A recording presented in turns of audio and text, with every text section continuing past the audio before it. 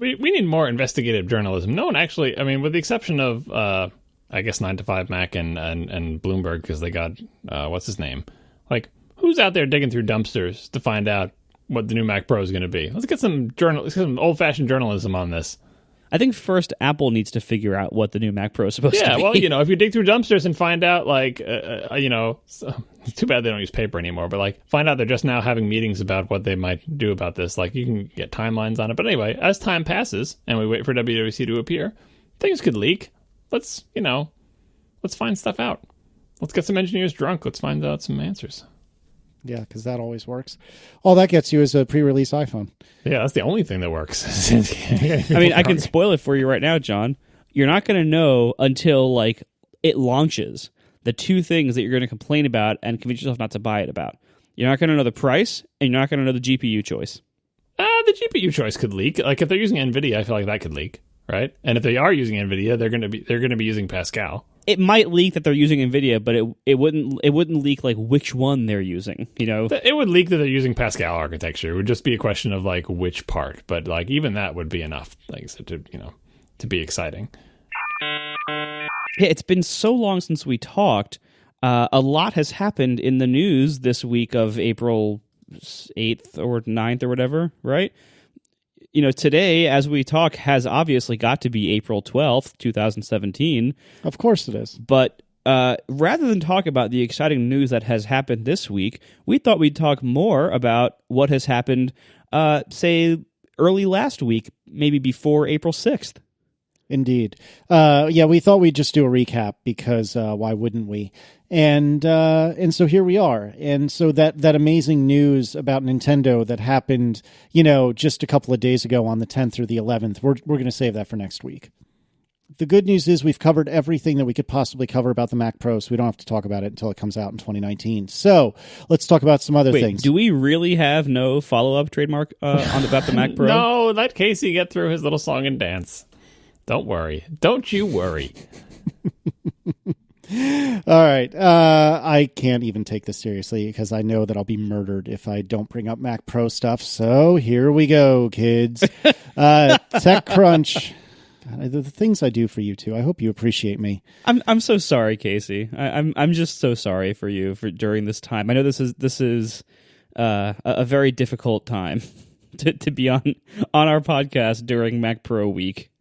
And Mac Pro week? Well, Mac Pro week? Right. Are you shitting me? It's Mac Pro year. Yeah, I think we're going to call this the year of Mac Pro, and we're just going to keep calling it the year of Mac Pro until they release one. Right, which might be a whole other year. Right. Anyway, all right, let's do a little follow-up about the Mac Pro, and then hopefully we can move on. TechCrunch, Matt Panzarino and team at TechCrunch have posted the full transcript of their meeting. I guess he recorded it by some mechanism and had Hammer, one of his people, go ahead and transcribe it all. So we will put that in the show notes. I have yet to have a chance to even look at it. There are definitely parts, as much as I snark, that I think are interesting that I'd like to read a little more about, but I haven't had the chance yet. So you can check that out in the show notes. Is that really the only Mac Pro follow-up? Oh, because one of you made it a topic. I see. The topic is anyway. We'll get to it. On the transcript, I read the whole transcript, and of course, surprise. The people they had there reporting on it did a good job reporting on it. Like, there's not any important information in the transcript that you're missing. You can read it just to get a flavor of what they said and stuff like that. But it was well covered. It's not as if they left out major sections that were important. The fun thing about the transcript is you can see, since it's a fairly faithful transcript, I would imagine, because it's got all of people's false starts and weird sentence structures and stuff. That's just what happens when people speak. You can see occasionally people getting their reining in their instincts. One particular instance is Craig Federighi talking about the old Mac Pro and the architecture with the tube and the heating, and how it was difficult to put different components in it and everything. And so he talks about all of that. And then he said how they really put a lot of energy behind that design. And the next bit is, in retrospect, that was ... And he was about to say in retrospect, that was a mistake. That was a bad idea. That was not the right thing to do. But he doesn't say that because he is disciplined. He gets into the sentence, but then he says, abort. In retrospect, that was new sentence. While that system is going to be fantastic for a huge number of customers, we want to do more. There you go. And Phil smiles next to him and says, good job, Craig. You almost landed in it there. But anyway, they're very disciplined with their message. Craig still manages to be funny and witty within the bounds of being disciplined for PR. And Phyllis is Phil. He's the guy we know and love. So if you have seen a lot of presentations with the people who are at this meeting, then you will definitely get the flavor of them just reading the transcript. And I don't know much about John Turnus. I'm not sure I've ever seen him on stage, but he's the other guy. Fair enough. All right, moving on. That's just like that. We're done with Mac Pro, right, kids? Right. Okay. So workflow. So somebody that listens to our show had a conversation with the support team at Workflow, and they received the following email, which was then forwarded on to us. The person at Workflow said, blah, blah, blah, fix for your problem, blah, blah, blah. But just so you know, we have no further planned updates for Workflow. That being said, we are continuing to support Workflow's current functionality and have no plans to end support, so let me know if you run across any bugs or crashes. Cue the sad trombone here, Marco. Womp, womp. Yeah, I mean, to be honest, when Workflow was acquired, and we did mention, they might just let it die or kill it outright and, have the staff work on other stuff built into iOS. That was kind of the long-term idea that's what was most likely to happen. I will admit I did not foresee them, because of the way it was bought and because of the messaging around the time that it was bought and what they told the users, I did not foresee them totally stopping all updates to the app right now.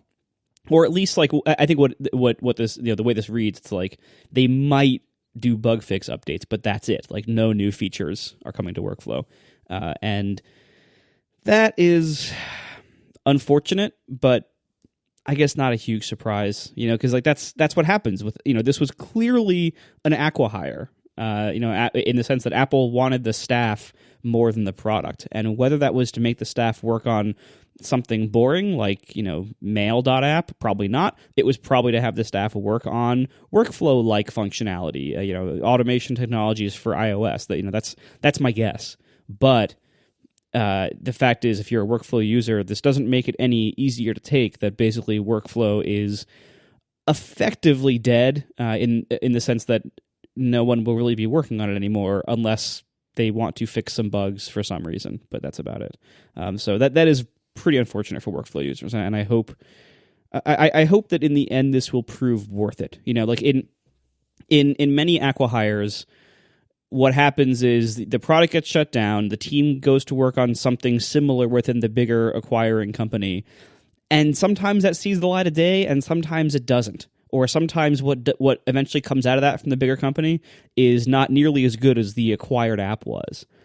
And it's kind of a crapshoot. You don't really know. So I hope that this will lead to better stuff in iOS that will replace the need for Workflow for the people who use it today.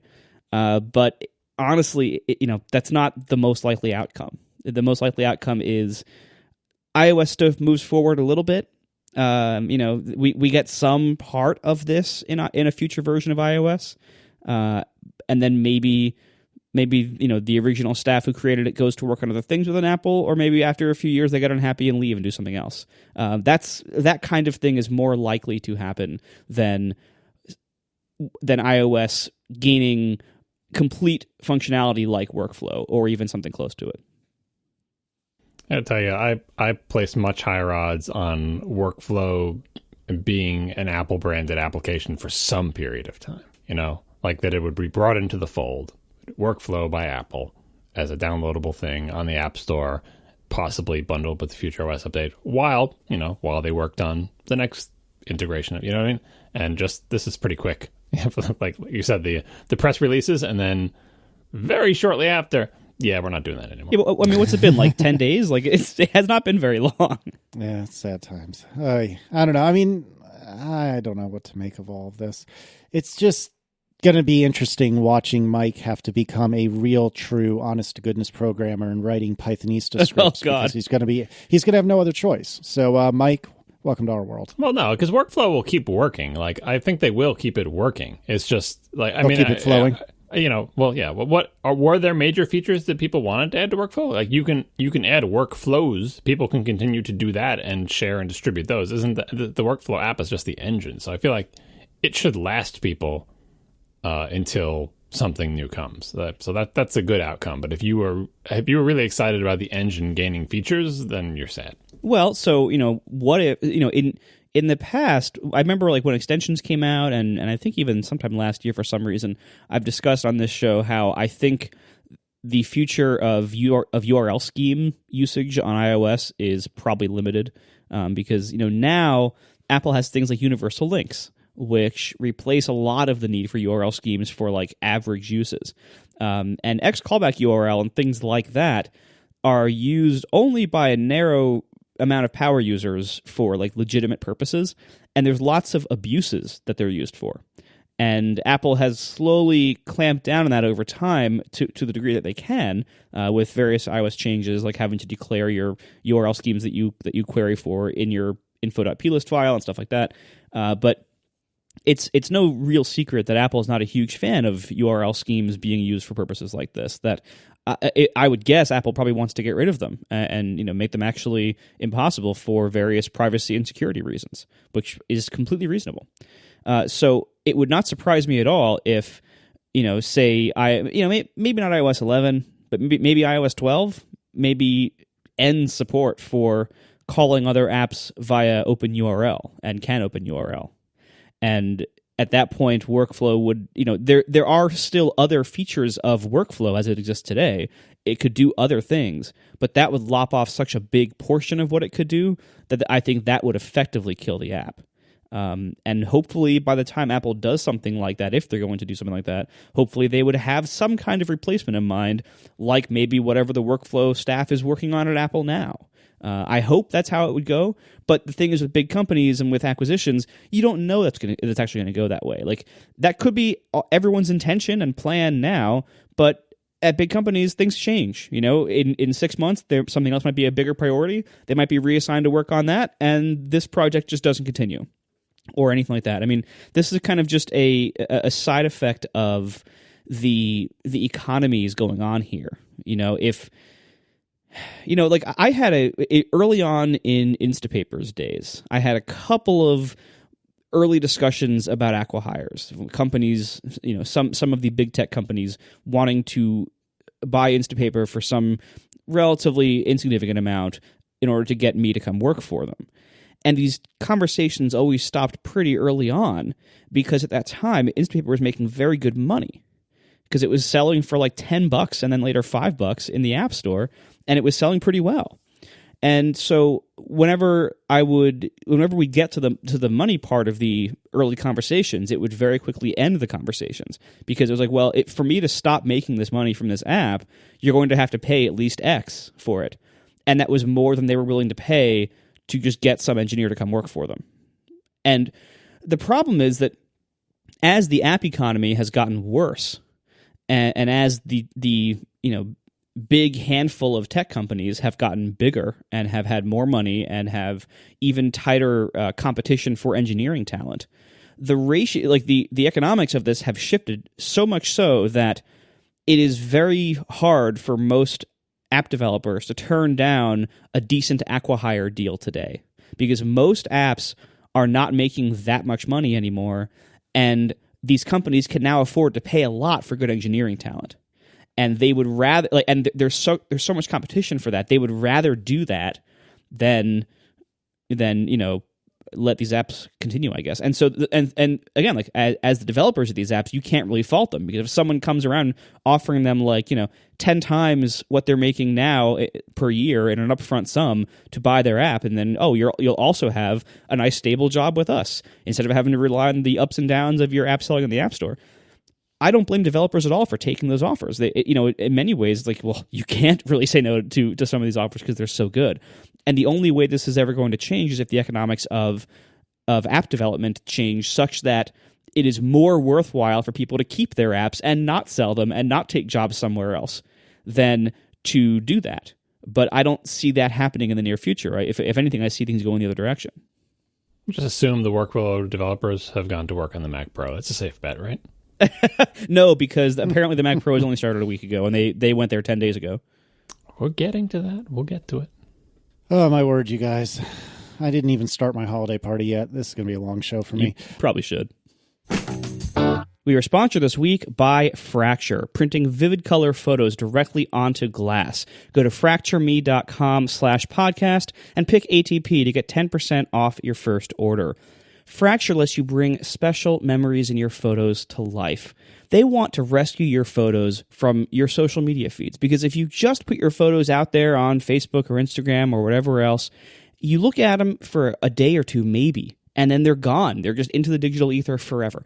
Fracture wants you to pull your favorite photos out of the digital ether and get them printed and hang them on your wall or give them as gifts, because these prints look amazing. They go edge to edge right on this wonderful piece of glass, this thin little piece of glass with this foam core backing behind it. So it's very lightweight on the wall. You don't have to worry about it like falling off the wall and shattering, but it looks amazing because it's glass across the whole front surface. So you don't need to frame them or get them custom framed at some expensive place or anything like that. They are their own standalone thing, and your photos look great. These look so good every time. We have, I don't know, probably 7 or 8 of these around my office now, and a few more than that around the house. And every time somebody comes here who hasn't been here before, they always compliment these Fracture prints and say, "Hey, what's that? Those look great." So you can see these for yourself at fractureme.com/podcast. And then if you pick ATP out of that list, we will get credit for you supporting us and them, and then you will get a 10% discount. I highly suggest that you check out Fracture for all your photo printing needs. And they're so inexpensive, too. You can just get one on a lark to just see how it is. They make great gifts, too, for all the different various holidays, Mother's Day, Father's Day, and birthdays, anniversaries. They are such great gifts to give a personal photo to someone who it's meaningful to.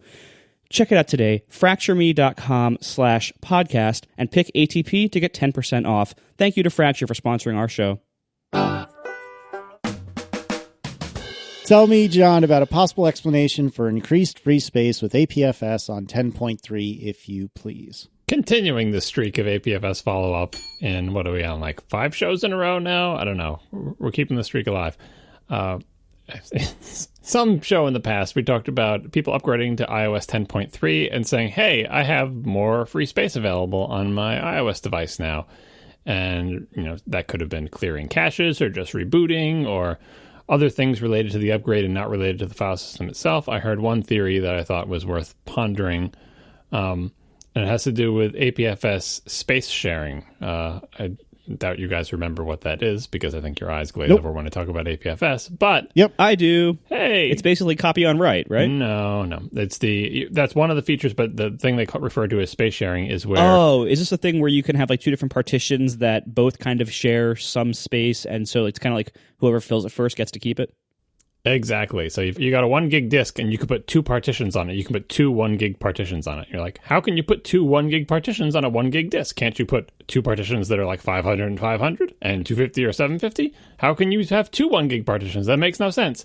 That's exactly how space sharing works. That I forget what the terms are. They call it a container or something, and within the container you can have separate volumes, and they share that space. And like Marco said, whoever fills it first wins, right? And that produces weird results for saying how much free space you have. Anyway, so this theory goes that iOS has, I don't know if this is true, maybe Marco does, although I've heard it before, that it has 2 places where it puts stuff. One is sort of the OS partition, and one is the user space partition, and they're separate from each other. Does that sound familiar, Marco? Honestly, I've never looked that low level at the OS. That's a question for Steve Troughton-Smith, not me. Yeah. Anyway, the idea is that, there's that arrangement that has been there for a while, but with APFS and space sharing, it changes the way free space is reported, and that the increase in free space you're seeing is related to that. Now, I tried to think through this and say, well, all right, how does that work exactly? What would that do? And what, I have in the notes here, experiments required. Unfortunately, because we just recorded 2 days ago, I have not done these experiments. But changing the way space is both shared and reported with the file system could possibly account for discrepancies in what is reported in the OS. You would think that Apple would work this out, but in that example I just gave, what is the right thing to do? If you have two 1 gig partitions on a 1 gig disk, and you ask one of them how much free space, it's going to say, I have 1 gig available. And you ask the other one, it's going to say, I have 1 gig available. And that's kind of the truth, because there's nothing in the disk. They both technically do have 1 gig available. But if they were to both start filling really fast, you're not going to fit 1 gig into each one of those things. So now you have like smart-ass file systems now. You're like, well, technically I have 1 gig available. I didn't lie to you. Right. You could put 1 gig in B as long as you put nothing in any of the other partitions that are sharing the same space. Yeah. Anyway, I really, I wish I had more information to provide, but I just wanted to bring up space sharing to remind people that space sharing in APFS is a thing, and it's weird, and this is one of those things where it's difficult from a user interface perspective to determine what is the right thing to do. It's not like, oh, you just need to update your operating system to understand APFS and report the right thing. People's mental model of how space works on disks does not match how APFS file, space sharing works. So I don't know what they're going to do on macOS. iOS, this doesn't manifest in any way that you can see except perhaps in this free space thing. But further news as events warrant. Maybe next week I will have some experiments. And next week is actually 2 weeks from now. Oh, goodness. All right, fair enough. Can we talk about T-shirts? Because we've had a little bit of agita with our T-shirt rollout this year. So you guys have been generous enough to spend most of your time doing this. I have been completely swamped in all aspects of life this week. So take me through the pain and suffering that you've gone through to bring T-shirts to our lovely listeners. I don't want to go through the pain and suffering, but I do want to say that, as usual, every time we do a T-shirt launch, there's something that's weird or wrong and odd about it, and we work it out. This time, it was mostly about size availability, where, as far as we're able to determine, we had no visibility into what sizes will be available until after we launch it, and then when we launch it, you're like, you can go to the size pop-up menu, like, I've picked the shirt that I want. Now I need to pick my size. And you will see all the sizes listed, all the sizes that we could see before launch. We can see this shirt is available from extra small to 3XL, right? And then we launch it, and you go to the shirt, and you see that pop-up menu with those sizes in it, but only 2 of them would be selectable. Like, usually extra small and some other weird size. Like, none of the common sizes would be available to you. And that's bad. We want the shirts to be available in all sizes. So what we had to do for a lot of the shirts is sort of delete or end the campaigns, which, by the way, some people bought shirts in those campaigns, and my understanding is they will get delivered. It's just kind of weird that you were one of the 2 or 3 lucky people who got that shirt before we frantically deleted it. And your shirt might be titled ATP shirt delete me in the emails that you get about it. Yeah. If you get an email and it says delete me, that's us trying to keep track of which ones are the old bad ones and which ones are the new good ones. And anyway, and we replaced them with identical looking shirts, but with shirts from a different vendor who had stock in all sizes. And we've been working on that, working with Teespring to get more sizes available and recreating them and so on and so forth. All this is to say that if you tried to buy a shirt because you heard the show last week or whenever, and you went there and you couldn't find the shirt in the size you wanted, or the shirt wasn't available in any sizes, which was true of some cases, like the purple one that I really love was literally available in 0 sizes. Like, no one could order it because you could not select any sizes at all. It would let you hit buy now, and then it said, please pick your size, and they were all disabled. So that's fixed. You can get your purple shirts now. We added a few shirts to be larger sizes because some of the other shirts only went up to 2XL, and now we have 3XL and I think up to 5XL on the European one. And also, finally, Teespring has told us that as stock comes in for different sizes and different colors, those sizes will become available. So technically, if you just want to, wait and check back next week or something, even if the size isn't available right now, maybe it will become available. So we apologize for this. It's difficult. We'll try to do better next year. As always, every year we have to have something. Last year it was really expensive shipping outside the U.S. This year we do not have super duper expensive shipping outside the U.S., which is good. But we have some size issues. So thank you to everybody who's bought shirts, and good luck out there. Yeah. Last year we had to apologize for the expensive international shipping, and this year we're having to apologize for some of these operational issues. And we are sorry that we have to deal with this, and you have to deal with this. The reality is that printing and shipping shirts all over the world is complicated, and every vendor who does it has different trade-offs. We've now tried, 2 of the major vendors, and each one has strengths and weaknesses. And we've chosen a different set of trade-offs this year is all, really. But we have not yet found a perfect solution, and we hope in the future that one materializes or that we can tweak things a little bit better. But in the meantime, we're sorry. Please buy our shirts now. Thank you. Oh, yeah, one more thing we are thinking about. This has not yet happened, but the thing that may happen is that you may get your shirts earlier than you would expect. We had set all these things to be like a time-limited campaign that we're going to end about 20 days from now. We're still going to end it. That's still going to happen. So buy your shirts because we're going to end this thing, right?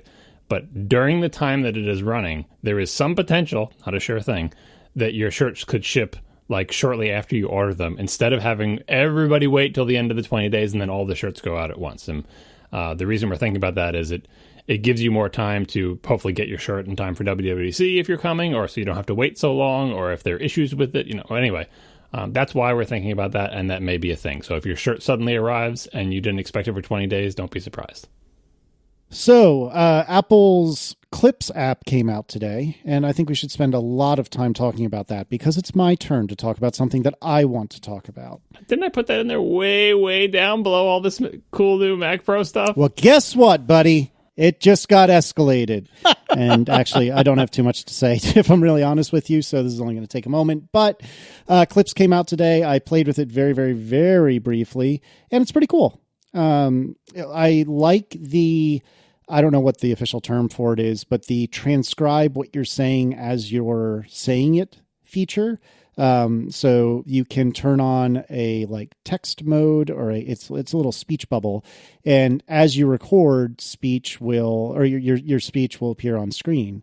So, you can hold to record, and then as you talk, you can make it show the words that you're speaking. I just did that as we were recording, as I was saying those words, and it says Honda Accord instead of hold while you record. So Perfect. This is already going well. Automated transcription is still a very, very long way away from being good reliably. Like even, we can criticize Apple for like not being good at some of these things sometimes, but nobody can do this very well yet. Even like the fancy Google algorithms that do YouTube transcription and everything, like even they are pretty bad at this. So it's going to be a fun little thing finding like, funny mistranslations in people's videos sometimes. And otherwise it's a cool idea. It's a cool use of technology. But yeah, it's going to be pretty imperfect for possibly ever, if not a long time. It's going to make people enunciate. That's what it's going to do. I tried that feature as well because I was excited to see if I could do the thing that I talked about when we first talked about Clips, which is make the words appear over the video with a cadence, with a purpose, like say things in a certain way and emphasize certain things to have the words appear with that rhythm.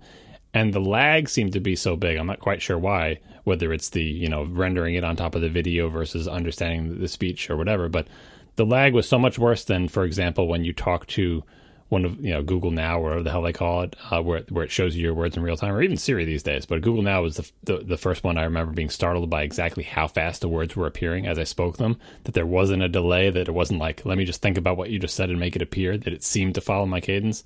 And Clips lags. I found it difficult even when trying to emphasize in a very exaggerated rhythm to get that rhythm to manifest in the video. So. Oh, well, the people using real video editors can continue to dominate in the perfect timing of their word appearances and transitions. But in the meantime, yeah, it is a cool app, and the effects are really neat, and it makes it so easy to do something. You don't need any expertise in any kind of video editing or production. You just need to be able to tap things on the screen and hold your finger on a giant red button, and you will make cool videos.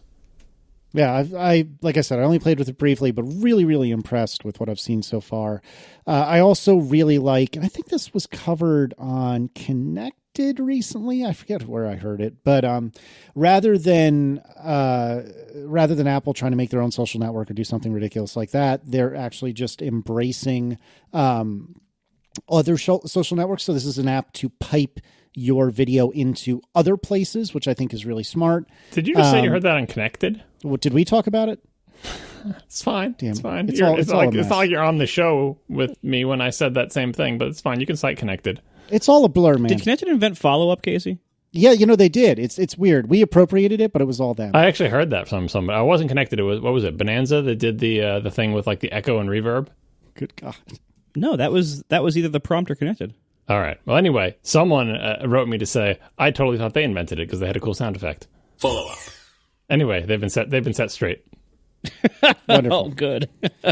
So anyhow, my very brief playing with this app, I definitely like it. Although it confirmed to some degree that I'm an old man because it took me a minute to realize how to share a video that I had created because it wasn't obvious to me that in the like creation screen is where you're doing all your modifications and edits and whatnot. And from what I can tell, you have to back out to your like library screen in order to actually share something, which I thought was a little peculiar, but whatever.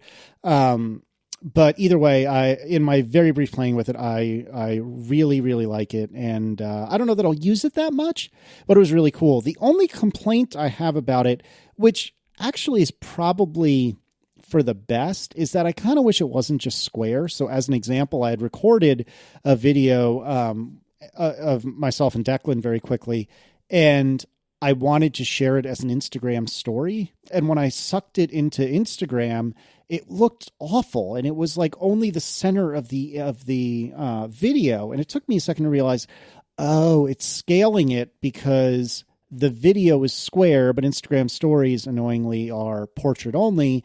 And so it's just doing the best it can, but that ruined my video. And so that was a little frustrating, but to be honest, it's probably for the best that it is square because it's kind of generic. I also didn't see a way to share to Twitter, but that again could be user error. And I only looked for a moment. But all in all, I definitely like it. And I think it's pretty good. They got to fix that, the Instagram story thing. That's not a minor issue because, like I said, the whole point of this is to share on other networks. And yeah, Instagram stories does the particular format. The app needs to support that in some way. You can leave the defaults as whatever they are, but someone who wants to use this app primarily as a way to do Instagram stories, they're just not going to do it. If it just won't feel right to not be able to shoot it in the same aspect ratio. So get on that, Clipsteam. All right. Let's see what else has happened recently. No, that was your one. You get your one. Jeez, Dad. Wow. That's how it is? All right, fine. Let me go pass out. All right, kids, have fun. I'll see you next week. Make a drink. I can't. It's all the way downstairs. There's non-Mac Pro stuff. We'll clear the Mac Pro eventually and come out the other side. In 2019? Into the sunlight where we'll discuss patents and NVIDIA drivers and all sorts of other things. So I think we'll make it. Okay. I'll see you guys next week. So this is more Mac Pro! ! The show notes say. I'm pretty sure I didn't do that. I didn't do it. I think I put the word more in there. The first bit is a rumor that I don't know how much, worth to attach to, but it is a rumor, and it has been reblogged, as we used to say, all over the place, which does not make it any more true. But anyway, it's from OS News, osnews.com, and it is a rumor cited to people and sources who know their stuff.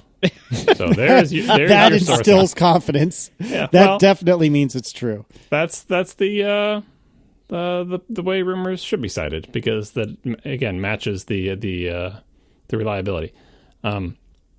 This says the Mac Pro was in limbo inside Apple. The decision to go ahead and develop a modular Mac Pro replacement seems to have been made only in recent months, with development starting only a few weeks ago. So last show we were talking about, this, seems like it must have happened at the earliest during the last 12 months, probably during the last 6 months. This one says in recent months, the decision was made and development started only a few weeks ago. So that is the tightest timeline I have seen even suggested. And then it goes on to say, why did Apple do this? Why did Apple make a 180 on the Mac Pro? And the reason cited is a more specific version of a thing we've talked about a lot, that Apple was surprised by the reaction of the MacBook Pro with Touch Bar, which you've heard from many different places in a vague sort of Apple thought that everyone was going to love their product, and the negative reaction in the press, if not in the sales numbers, caught them by surprise. And so this adds some more detail to that with some more vaguely sourced rumors. After announcement of the new MacBook Pro with Touch Bar, orders for refurbished old MacBook Pros supposedly went through the roof. And after the initial batch of reviews came out, they shot up even higher. So that would be a signal that I think Apple would pay attention to. Hey, we've got the new MacBook Pro with Touch Bar, and the refurbished version of the old one goes up really high. Now, to believe this, you have to A, believe this is founded on anything, and B, you have to believe that this is not something that always happens every time a new model is introduced, which I'm not entirely sure, because maybe every time you introduce a new model that's different from the old one, people buy the refurbished ones really quickly because they want to get their last chance to get the model they know and love. But anyway, that is a suggestion. How that would reflect on the Mac Pro, it would be just basically like, we thought we knew what pros wanted, but we seem to be wrong. And they say it's similar combined with the problems of the LG display and stuff like that. And then finally, to add more exciting unsourced rumors that will make Marco happy if he can bring himself to believe them briefly. So far, I can't, but go ahead. Yeah. Apple is said to be exploring additional Retina MacBook Pro models without the Touch Bar. Oh, wouldn't you love that? Oh, God. So there's something for everybody in this vaguely sourced rumor. But again, since people are talking about it, like, I do believe that the new Mac Pro decision and project were very recent. I'm not sure if I believe a few weeks ago, but very recent. And I do believe that Apple was surprised by the press reaction to the MacBook Pro with touch bars. As Apple emphasizes every time you talk to them about it, including in the transcript that we cited before, the new MacBook Pro with touch bar is incredibly popular and has the most orders ever of any laptop Apple has ever produced, and people love it, and it's awesome, and all the numbers are great for it. But like so many other things Apple said in that transcript and about the Mac Pro and everything, they may be true, but if you don't update a model for a really long time, some of these results fall out of it. You know, like, we're not really selling a lot of Mac Pros. Few people buy them. Well, you haven't updated it in years. So it's a self-fulfilling prophecy, as we've discussed before. And the MacBook Pro with Touch Bar is the best-selling model ever. Well, again, the MacBook Pro was a little bit overdue for an update, so there's pent-up demand for it. And then you have to map into like the curve of like, are Mac sales increasing overall? I think the MacBook Pro is a successful product for them, but again, I do believe that Apple was surprised by the negative reaction of some of the press about it. They even emphasized in the transcript, by the way, went back to the well on the battery life of like their metrics say that the battery life for the new MacBook Pro with Touch Bar is better than the outgoing ones. I believe that too. You know why? Because the outgoing ones are old and the new models are brand new. And I'm sure they factor that in, and I'm sure they can tell the age and normalize for it or whatever. But it's difficult to hang your hat on a lot of the stats, because every stat they say, I'm like, I 100% believe that, but I also don't have enough information to really tell whether it shows the thing you're saying that it shows. What they're trying to say it shows is, hey, the new MacBook Pro with Touch Bar has better battery life than our outgoing model. But you haven't given me enough information to believe that. All you've said is the stats say people are getting better battery life out of it than the old one. You don't tell me whether you've controlled for the age of the machines, and you don't tell me if it's an average or a usage or what the percentiles are or what the histogram looks like and all sorts of other stuff. As Marco has pointed out many other times, you can get fantastic battery life out of these new models until you do something intensive, and then they tank. And I bet most people don't do intensive things. People aren't playing games with their laptop unplugged, because if they did, their game would be over in 2.5 hours if they're lucky. Yeah. And that would really bring the numbers down. But most people just don't do that, so that doesn't show up in the stats. So anyway, I don't want to go off on that tangent, but that's where my mind went when reading this weird rumor. Believe it if you want to feel good for a little while. Yeah, I mean, this is not an incredibly reliable source. This is not like somebody with a great track record. I don't lend a lot of credibility to this, basically. It lines up with some of the other things that we've heard here and there, but not very strongly. And honestly, for the most part, it doesn't really matter. I think what matters is Apple is, at least, if we believe what they said, and I don't think we have any reason not to. They were on a bad path before. They have finally recognized that, and yes, they did recognize it pretty late down that path. They did not recognize they were on a bad path in 2013. Like, it took a lot longer than that. I would guess they recognized it in 2016 sometime, possibly even 2017. But the fact is, they are on the path to fixing it. Something has clearly switched in Apple. If like something has clearly flipped over or changed to make them make this decision, because before this, it was very clear that they were doing things their way, what they thought was right, which involved a lot of things that did not serve pro users. Basically, it involved saying no a lot and taking a long time to do pretty much everything and ignoring a lot of product lines. And to some degree, this is still what they're doing. Not a lot has changed in their actual actions here. I think it probably will over the next 2 years or so as some of this stuff shakes out, because clearly something has changed to make them do this 180 on the Mac Pro. Because again, like, they didn't decide 3 years ago that this design needed to be replaced, and it took them 3 years plus whatever it's going to be now to do it. No, they decided 3 years ago to stop developing the Mac Pro. And they have been effectively thinking for whatever time span between then and within the last few months, they have thought, we don't need to develop a Mac Pro anymore. This is a dead product line. It is no longer necessary for us to do. We won't do it. Well, it's not like they weren't developing it, because that's another thing that came out in the transcript, like that they further emphasized in the details that they did think about upgrading this component or that component. I mean, they didn't say that they actually tried it out, but how else would they have known that they couldn't support it? Like, one of the people present, one of the press people present, asked them specifically, I think maybe it was Panzerino saying, so you were thinking like, we could increase the GPU frequency by 300 megahertz, but that doesn't quite seem worth it, so we won't bother updating it. And one of the Apple people said, yeah, that's exactly, that what you said is what happened. Like, so they stopped developing it in terms of ever releasing products, but it seemed like, at least in the beginning, they would love to have done a spec bump or component bump, but they just couldn't do it because the design they had didn't support it. What they had decided is basically, we're not going to invest in an entirely new model. So if you can't update this one, and the engineers say we can't because they either tested it or ran the numbers or whatever, we'll look into it again when the next round of GPUs and CPUs comes out. But in the meantime, no, you can't have the budget to make a new one. So it's semantics to say, does that mean stopping support or whatever? But it does mean that they would have liked to have been able to offer speed bumps in this one, because it is embarrassing to offer the same high-end computer for multiple years without making it any faster. Well, I would nitpick a little about that. I'm not going to go too far into it now for Casey's sake. But thanks, buddy. But yeah, I think they could have done more in the meantime. Like, they could have updated the CPU was thermally fine. It was only the GPU thermal balance that was the issue with that design. They could have updated the CPU to the same model, like the equivalent models in the new families, and then they could have updated the GPUs to more mid-range, mid-temperature models over the years. Like, they didn't have to keep selling 3.5-year-old parts. Like, they could have updated it by using similar class parts there that they already used in that design.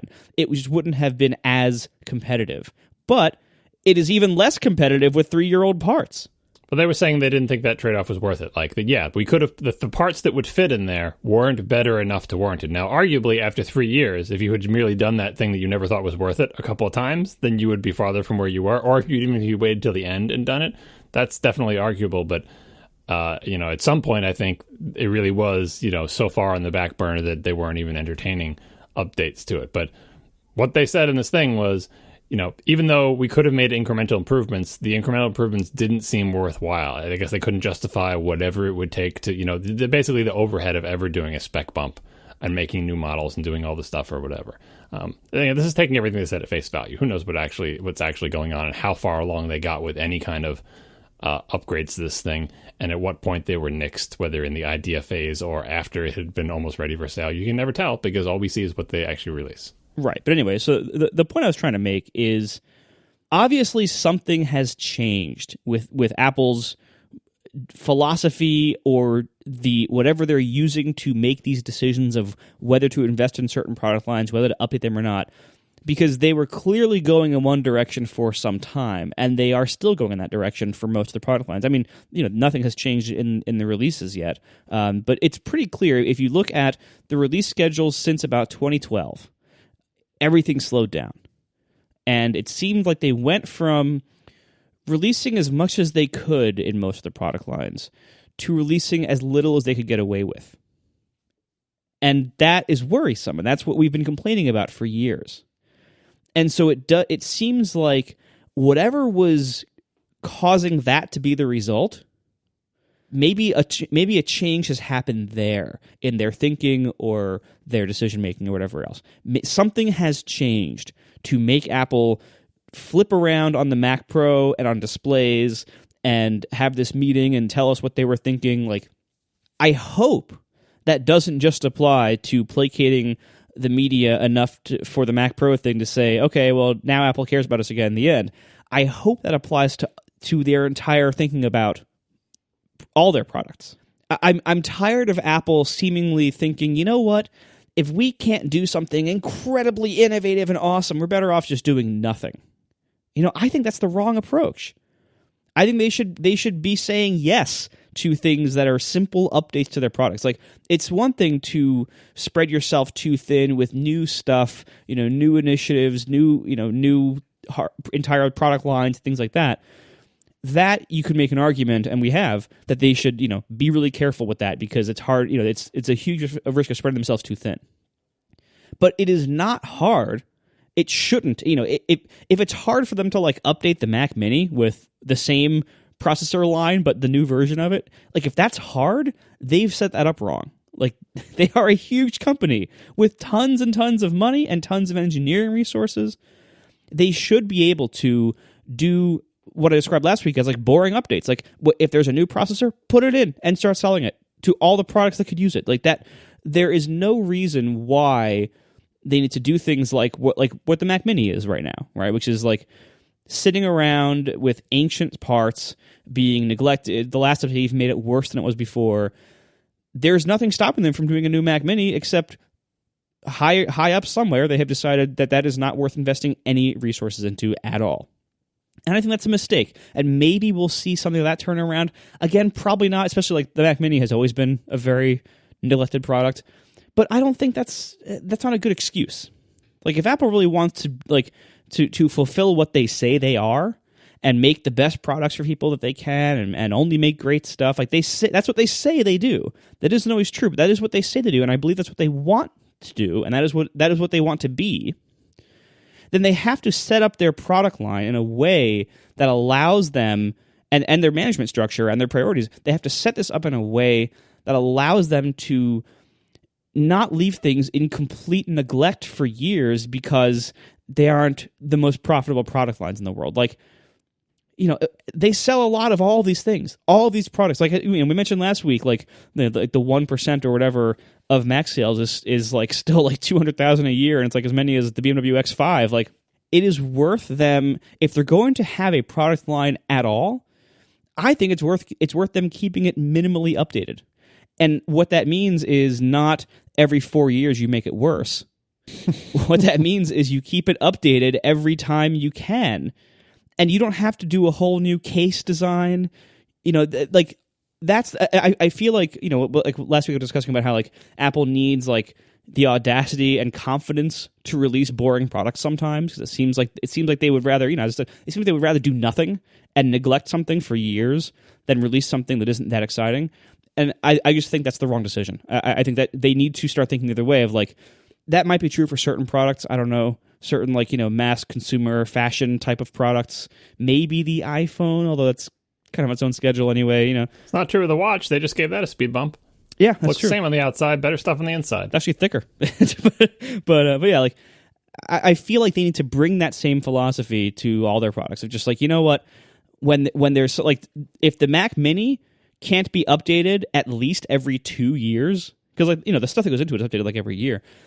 If the Mac Mini can't be updated at least every 2 years to whatever's current for its form factor, then it was badly designed and it should be redesigned. And, maybe that's the problem with the Mac Pro too. If the Mac Pro can't be updated easily, then they did a horrible job designing it. And so any of their products that you can say that about, I feel like they need to. And maybe this is what it took. They need to get some humility in the sense that their designs need to be a little more humble, and they have to be okay releasing a slightly more utilitarian version of some of these products. Not all of them, but some of them. And then they also have to have the confidence, as I said last week, they have to have the confidence that it's okay to release a boring Mac Pro update and a boring Mac Mini update.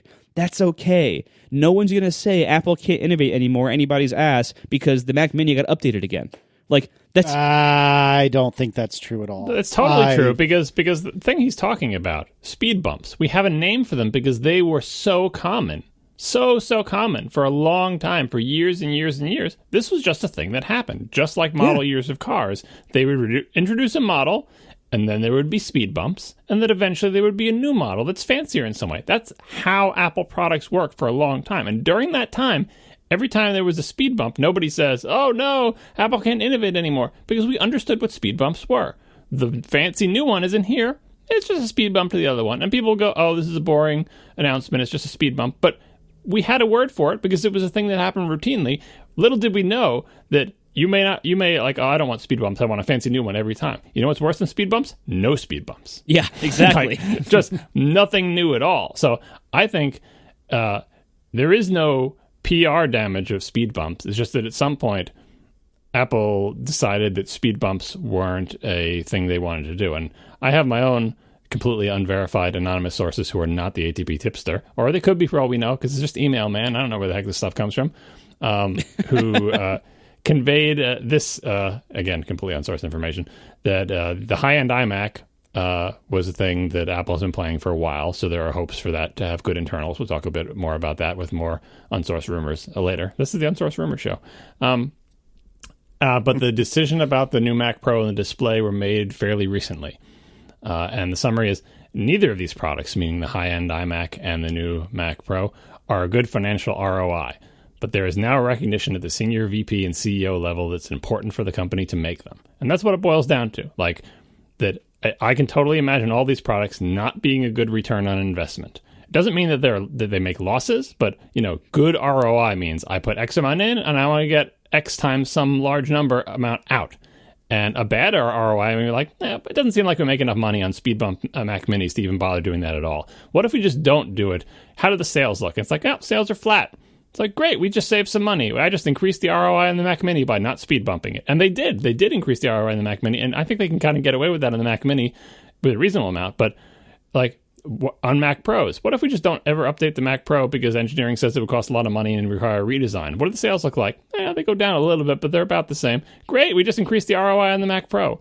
And, what this completely unsourced rumor now conveys is that even though it's not a good ROI, which is the point I've been emphasizing since 2013, it's important for the company to make these products anyway. And Apple is totally on that page now. And again, another thing you can pick up from the transcript is everything Marco said about frequent updates. That was in all the summary articles, like that Apple says they want to make a new Mac Pro that can have frequent updates. It is further emphasized in the transcript, like further in detail emphasized that, like, they want to make a Mac Pro that they can make the parts inside of it better on a regular basis. They don't commit to doing it on any particular schedule, but they emphasize this is a thing we did wrong, and we're going to fix it by doing it right.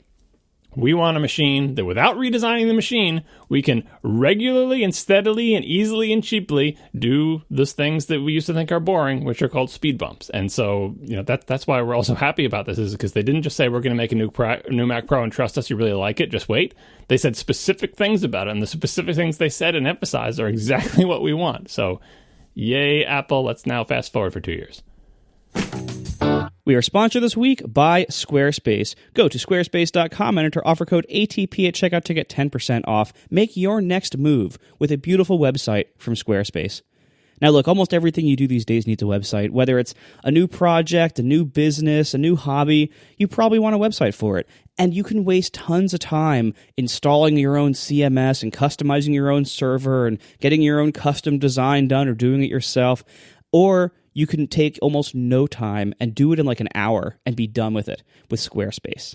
Because Squarespace sites are so easy to make, no matter what your skill level. You can make a website with Squarespace in almost no time at all. You can customize it in just a few minutes. They start with these beautiful professional designs, and you don't even have to customize. You can just use the stock design and be done. Or you can tweak a few little things like a couple of colors here and there or a logo here and there. Or you can go full-blown and customize all sorts of stuff about it. You can drag stuff around. Everything is visual. What you see is what you get with a live preview of everything you're doing. It's incredibly easy and incredibly powerful. And Squarespace has tons of built-in capabilities. Not only, the basics like, news feeds and calendars and blogs, but even full-blown storefronts. If you want to sell digital or physical goods, Squarespace has entire store functionality built in, along with all the wonderful content management stuff.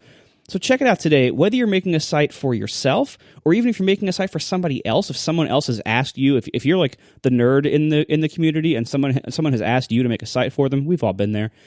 Make it on Squarespace and then just hand it to them and say, here, I did it, and you can do it from now on. Here it is, and they will support it so you don't have to, which is really nice. So check it out today at squarespace.com. Start a free trial, no credit card required. You can just build a site and see how it works without paying anything. Once you decide to sign up, please use offer code ATP at checkout, and that will get you 10% off, and it will tell them that you came from here. Thank you very much to Squarespace for sponsoring our show. Squarespace, make your next move. Oh, goodness. Do you have any other thoughts about this particular rumor? I wouldn't put too much into it, And the other parts of it about how Apple is said to be making a non-touch bar 15-inch MacBook Pro option. Yeah, that's just trolling Marco. I honestly, first of all, I want to be clear. I don't hate the touch bar that much. I would just, given the choice to get it or not get it, right now I chose not get it. And as I said, that's due to other factors also. Like I wanted something smaller, and the 13-inch that comes in both touch bar and non-touch bar, the non-touch bar gets better battery life by a lot. And battery life is very important to me right now. So it's obviously other factors go into this decision for everybody. There's cost considerations for a lot of people, and so I don't think there's actually that much demand to make 15-inch MacBook Pros without the touch bar. And I also would be incredibly surprised if Apple did that for user satisfaction reasons. Now, what they might do, there's also a lot of complaints about the pricing of the new MacBook Pros because it is higher. So I could see them maybe offering, in the next update to the MacBook Pro generation, whenever that comes. I don't know when the chips are coming out, maybe this fall or next spring, who knows. But whenever that happens, it would not surprise me if they made an entry-level 15-inch model that was maybe, $19.99, and that one had no discrete GPU and no touch bar to hit that price point. The 15-inch Escape. Yeah, basically, because in the past they've done that with the GPU selection, which I've talked about before. Whereas in the past, the Retina generation and everything, and even the one right before that, they had the base model, which was about $2,000, had only the Intel integrated GPU, and you had to spend a few hundred more to get one with a little bit more stuff in it and the discrete GPU. And it would not surprise me at all to see them do the same thing here, to just give it another one that is $19.99, so people will stop complaining about the price, and has a few things cut out of it. And one of them would probably be the discrete GPU, and one of them might be the touch bar. And that would be totally fine. But that wouldn't be because, quote, everyone hates the touch bar. It would be because they want to hit a price point.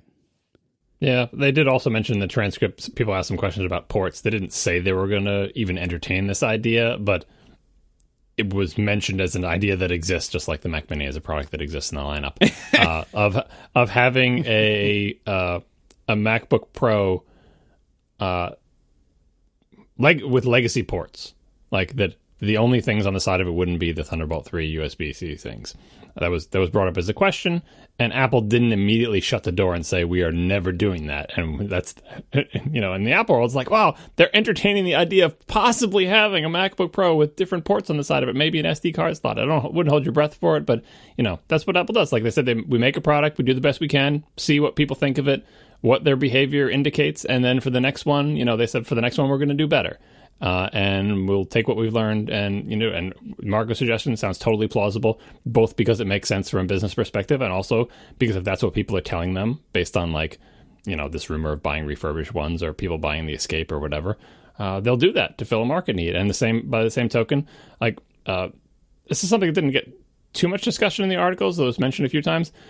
Apple said, and we've been hearing about for a while, that they have been going out to pro users, reaching out to just regular people hey, you use our products in a pro capacity, tell us about it, for a long time now, leading up to this Mac Pro announcement. And they do this stuff like that all the time. So just knowing that, they're going to make a new Mac, they do that all the time.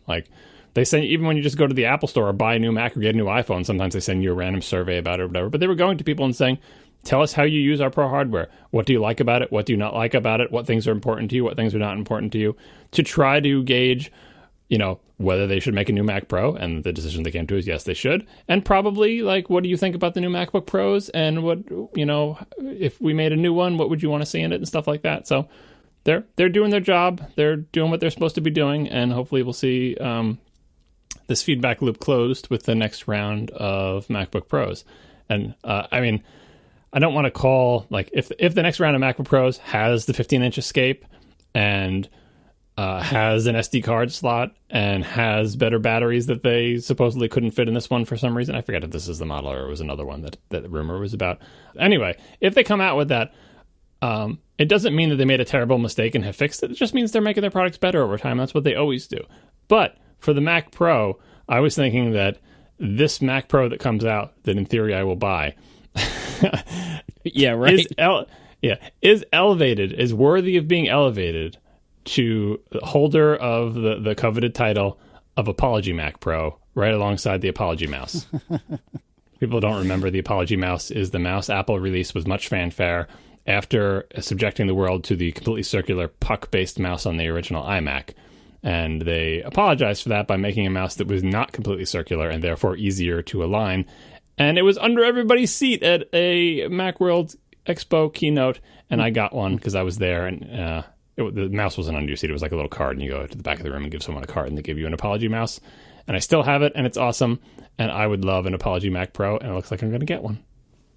Well, you're going to have one released. Are you going to buy one? Yeah. Colloquially, get one. It's not going to be a card under my seat at WWDC that says I get a free one, but yeah.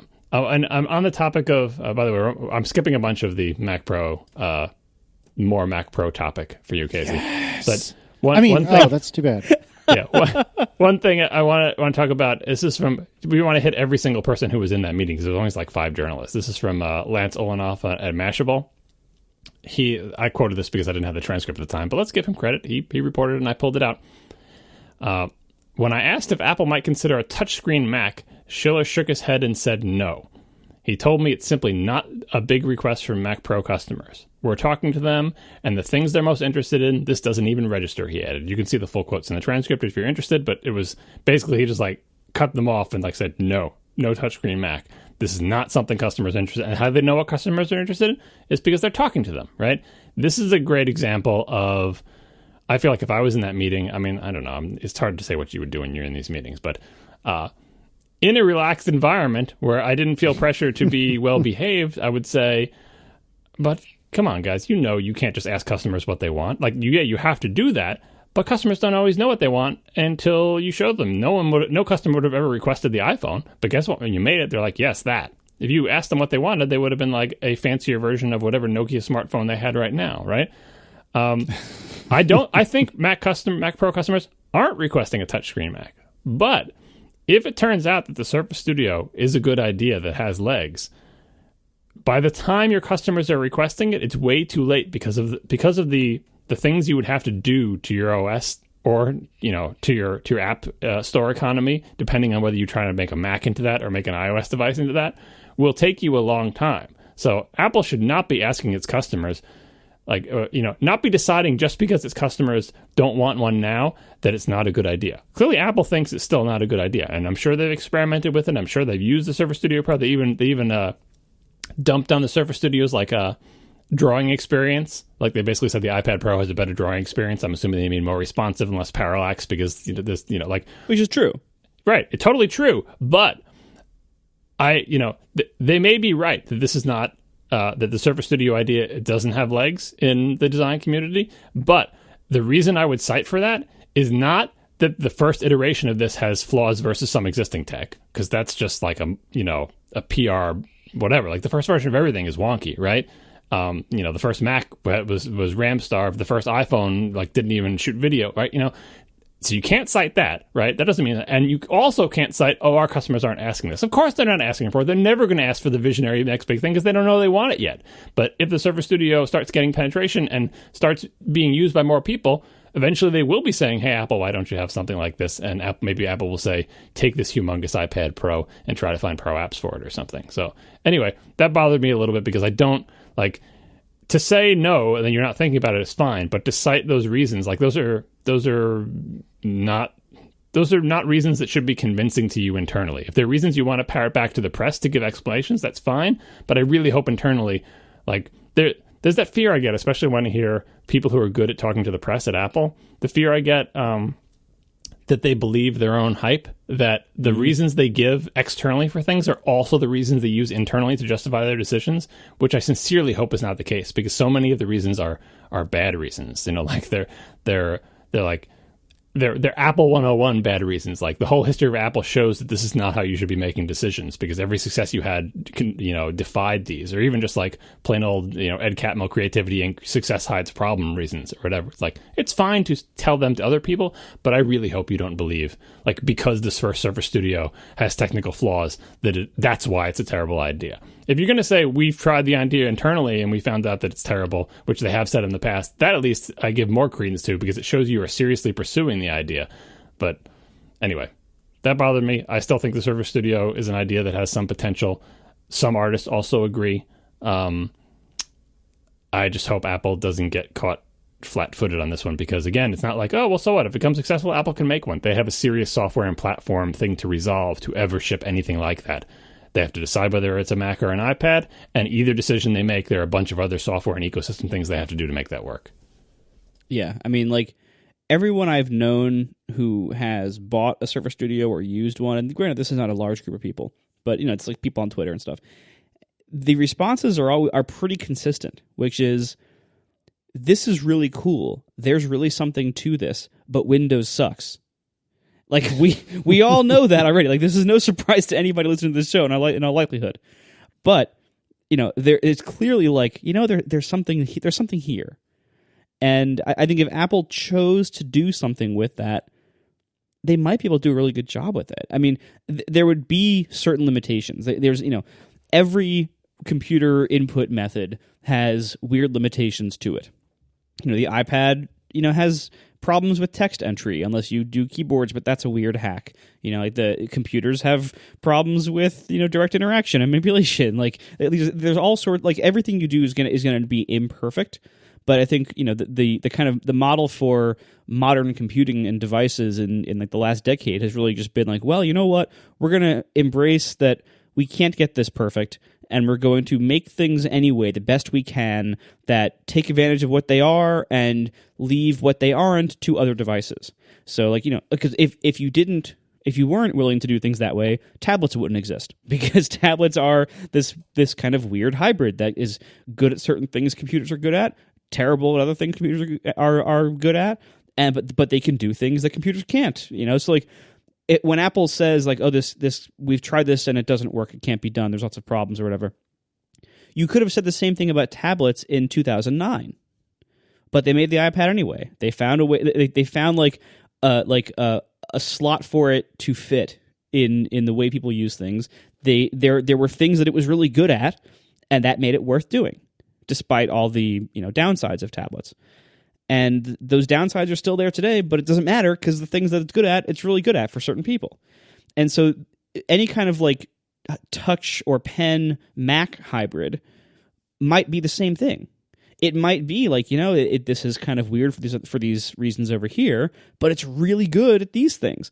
And I think the Surface Studio's, slight success among some artists and stuff shows that to be the case, that, like, the drawing on Windows is weird. Like, using a pen and touch on this giant, like, drafting table form factor PC running a PC OS is weird and does have downsides, but it also has really cool upsides. So I think there might be something there, and I think it would be unfortunate if there was something there and Apple wasn't able to or wasn't willing to find it and deliver it, because they either are making bad assumptions or that they aren't willing to tackle the software integration cost that would result in doing this kind of like Mac iOS Touch kind of hybrid OS, and because those aren't small problems, those are big problems. But I do think it would be kind of a shame if there was really a product here to be had that could be really useful to some people, and that we weren't ever going to get it because of these other issues. That being said, one of the other things I'm concerned about is it does kind of seem like at an increasing pace, Apple is being surprised by customer reactions to what they do. And that's a little concerning. Like we keep first when with the 2016 MacBook Pros, those came out and were really met with a lot of ambivalence from people and a lot of criticism and a lot of anger that they weren't certain other things, and Apple was allegedly they were like shocked by this. Like they were like, we thought this was, and same thing with Touch Bar. It's like we thought this was amazing. Like it seems like it's actually not being well received. Like how did this possibly happen? Why is this so different from what we expected? And similar with the Mac Pro. It turns out that if you kill your Pro hardware line slowly over years with neglect after releasing an already polarizing product, then it turns out people get mad who like the old thing or wanted the current thing to stay current.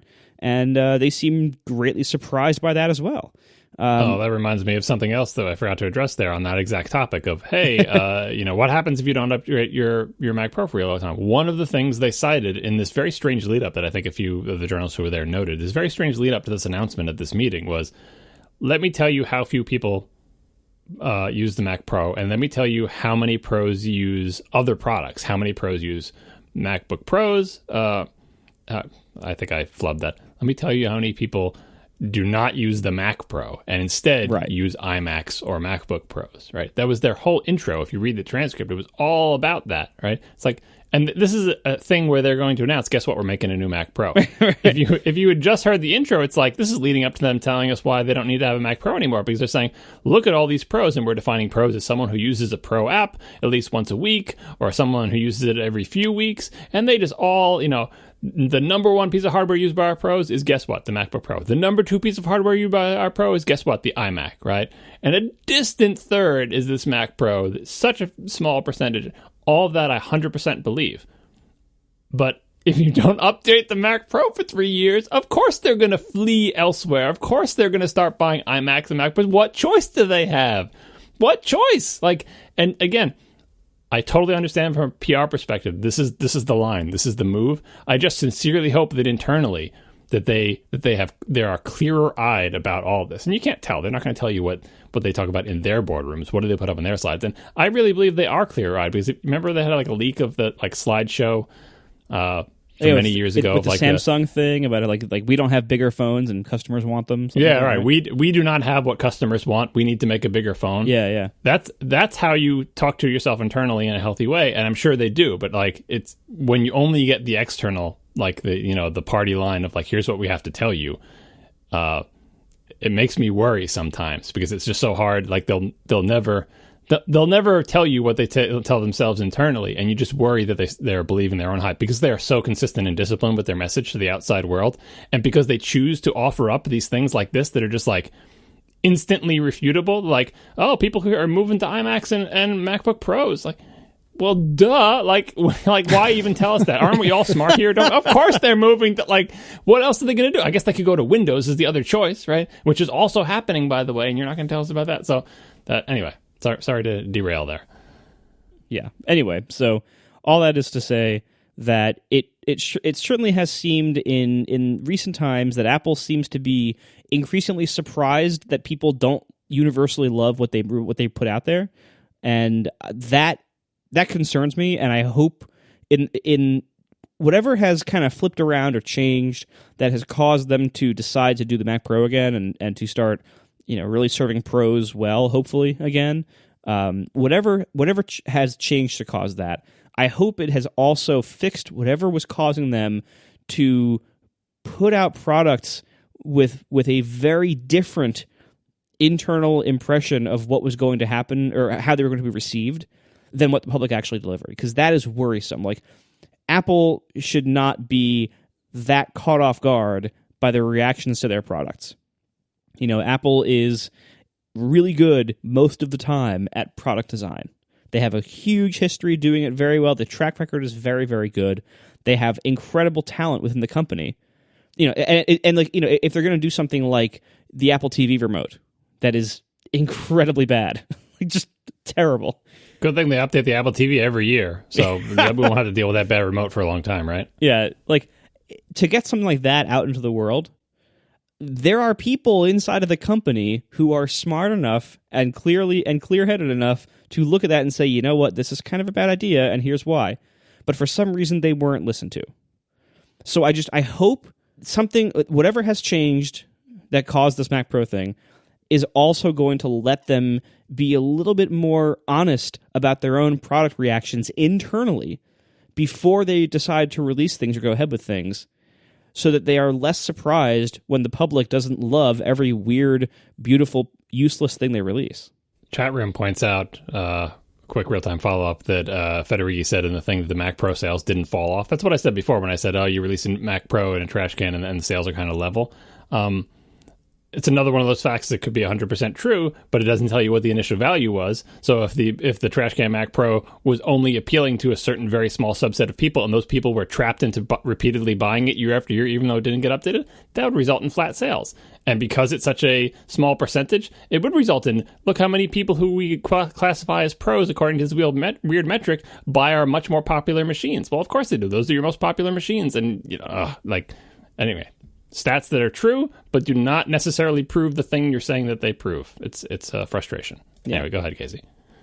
No, it's curious to try to reason through what Apple is thinking with regard to their products and how they're received, because anyone I've ever spoken to who has spent any amount of time as an Apple employee has always vehemently said that their biggest critics are themselves. And I completely agree with you guys that from the outside, it seems clear that they offered up this, Touch Bar MacBook Pro on a platter and said, look at this magnificent piece of electronics. You should be blessed enough to be able to give us a whole pile of money for one of these.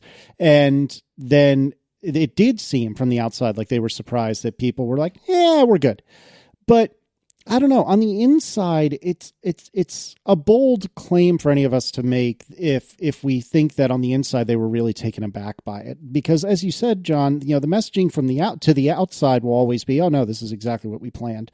But the inside, I bet that they're being pretty darn honest with themselves. And maybe the expectation was different, but I don't think it took them very long to realize that, this didn't go the way we thought it did. And now they're turning around. Now, I will concede that it certainly seems like the Mac Pro, something just went totally wrong there, because I concede and agree that it took way too long, way too long for them to make any statement about what's coming. And the consistent reports, be that rumors that it's been in the last 6 weeks to 6 months that they've really gotten in on a new Mac Pro, like that's kind of alarming. But at least they're turning the ship around. I don't know. It seems weird. It seems weird to me for us to assume that there aren't some very vocal critics within Apple of Apple.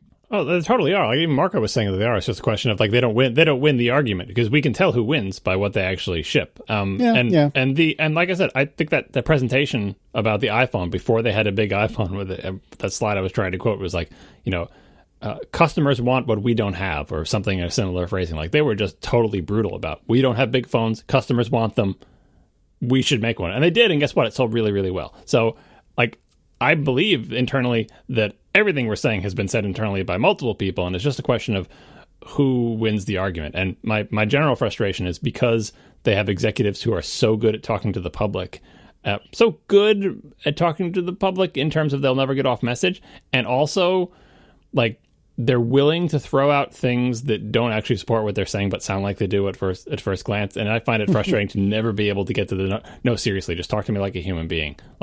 I guess that would have to be off the record. On the record, they're never going to do that. But because in the end, it doesn't matter. Who cares about the internal politics? So the products are what they are. When you ask me questions about it, I'm not going to trash my own products, and I'm not going to tell you about future ones. They could be working on a Surface Studio style computer. They could have had it in the works for 3 years now, and they're just trying to get it right. They're never going to tell you that. They're just going to say right up to the point when they release it, Steve Jobs style, that's not a good idea. We don't think it's a good idea, until they come out and say, we finally cracked it. Here it is, and now it's a great idea because we did it, right? That's just the way they work, and it can just be frustrating from the outside. But yeah, when the stuff that's coming out, that tells you who won arguments and what decisions were made, and that we can judge them based on. And so, yeah, it's hard too. If you are like, an engineer working on, photos.app or something like that, are you really going to be willing to take the political hit internally to criticize a remote that was designed by Johnny Ive or Richard Howarth? Like, is that really going to be a wise career move? Like the company is set up in a way, it's a big company. There's rank, there's politics internally. There's, every big company has this stuff. So like, not everybody can get their voice heard if they have a criticism about a product that is being considered or being designed. Like, it's up to, like, there have to be people who, it has to be set up in a way that like high up people can criticize, and the people who are at the high up levels need to criticize when necessary. And this is, like we've talked before about, like, this is one of Steve Jobs' greatest strengths, and one of the reasons why he had such a great relationship with Johnny Ive and with the engineering is, like, there was a great balance of editing and criticism and honesty internally that resulted in mostly only great stuff coming out. Like, the hit rate was pretty good there. And when things did come out, there weren't a lot of controversial or polarizing attributes of new products as there are now. Like, now it seems like almost everything that comes out, there's, great advances in some areas, but almost all of those advances come at some kind of massively polarizing cost. And I feel like that's happening more recently than it used to. And maybe that's because the collaboration or the editing up top is not happening with the same health and same balance that it used to. We are sponsored this week by Audible. With an unmatched selection of audiobooks, original audio shows, news, comedy, and more. Get a free 30-day trial at audible.com/ATP. If you want to listen to it, Audible has it. With audiobooks from virtually every genre, you can listen anytime, anywhere, on phones, tablets, computers, and more. Audiobooks are great for long flights, road trips, or even your daily commute. Because, you might think you don't have time to read books, but if you add up all those times that you could be listening to audiobooks, you'd be surprised how much you could hear each year, even if it's just to and from work every day. Audiobooks bring books to life. Many of them are read by the authors themselves, and you can take risks and try new authors and genres without regret, because Audible offers a great listen guarantee. And what this means is if you start an audiobook and you don't like it, you can trade it for another one for free. So see all this yourself. When you begin your free 30-day trial, you get your first audiobook for free, and there's no obligation and no stress because you can cancel your membership at any time. With audiobooks and spoken word audio product, you will find what you're looking for with Audible. Get a free 30-day trial by signing up at audible.com/ATP. That's audible.com/ATP. Thank you to Audible for sponsoring our show. I wanted to go back just briefly. I thought that the statistic that John had talked about earlier very quickly was just fascinating, and this is quoting from Gruber. Apple's research shows that 15% of all Mac users use at least one Pro app frequently. These are apps for things like music creation, video editing, graphic design, and software development. Basically, apps that are performance intensive. An additional 15% of all Mac users use Pro apps less frequently, but at least a few times per month. That 30% of the overall Mac user base is what Apple considers the Pro market. I don't really have a lot to extrapolate from this, but I just thought it was very, very interesting that according to Apple, 15% of users uses a Pro app frequently, whatever that definition is, be that daily or multiple times a week or what have you. And then another 15 that uses them at least a few times a month. And I just thought that was a really fascinating statistic that I never expected to come out of that meeting. Yeah, that's a lot higher than I would have guessed for, especially like the 30% total. That's kind of amazing. Well, they didn't clearly communicate that, because if you read the transcript, and there was much debate about this, many people interpreting, but now having read the transcript, it is no more clear to me. The question is, the first one is clear. 15% use what they classify as a Pro app at least once a week. Totally clear. The second one is the problem, because they say this group of users uses a Pro app like once every few weeks or whatever it was, some longer period. And the question is, does that second group of users include the first? Gruber clearly thinks it does, because what Apple said was 30% use it in the longer period and 15 in the shorter. But I can't tell if the 15 is part of the 30. Like, are they exclusive groups or are they inclusive? And so you can't tell if the total is 30% or 45. Apple could have communicated that better, like perhaps in text or in some other fashion, or it could have been clarified. So depending on how you interpret what they said in the transcript, and I think it's a big difference. Are 45% of Mac users classified as occasional or frequent Pro users, or is it 30% and 15 of them are once a week? Either way, these are very nice high numbers, higher than I would have guessed. But Apple picks what it means to be a Pro user. They use a Pro app, which they don't tell us what it is. They just say, like one of those apps you use to make things, right? Well, I think it's pretty clear that what they mean by Pro app is anything Apple makes ends in Pro. So Logic Pro, Final Cut Pro. Also, probably, like, I would say Adobe Creative Suite apps would make sense there. And I think it was also very clear they meant Xcode. And that includes a lot of people. Yep, I would agree with all of those. But how many other things are in that category? They didn't give us an exhaustive... Like, you're just going by their metrics, and I bet they're picking something pretty broad.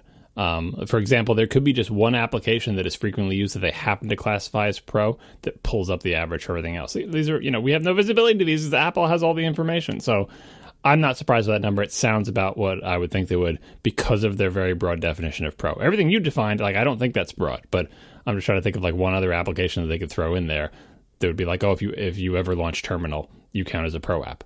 You could argue for that, but there's millions of people who are launching Terminal just so they can use their Mac to SSH into something to do something, and they're not using their Mac in a Pro capacity. It's a glass TTY, as we used to say back in the day, and that is not a Pro use because you can do that from a MacBook Adorable and it works fine. But if you classify Terminal as a Pro app, suddenly that brings up your numbers. Really, Pro is a state of mind. Oh, my goodness. All right. What else do we have to talk about with regard to the Mac Pro? Well, we can move on to the iMac Pro because there was another completely unsourced rumor, and this is the place where we're dumping them all on this show, right? This is from... Yes, all of them on this episode. Yep. All of them, John. This one also got reblogged everywhere. I'm surprised. Like, this reblogging, I thought that the Mac blogosphere had gotten over that. Like, that there'll be one completely unsourced rumor on some random thing, and that everybody else will grab it, and you'll see it appear on every site. And sometimes you'll have to, like, pore over the site to try to figure out, are they just citing that one thing I read on that totally unsourced blog?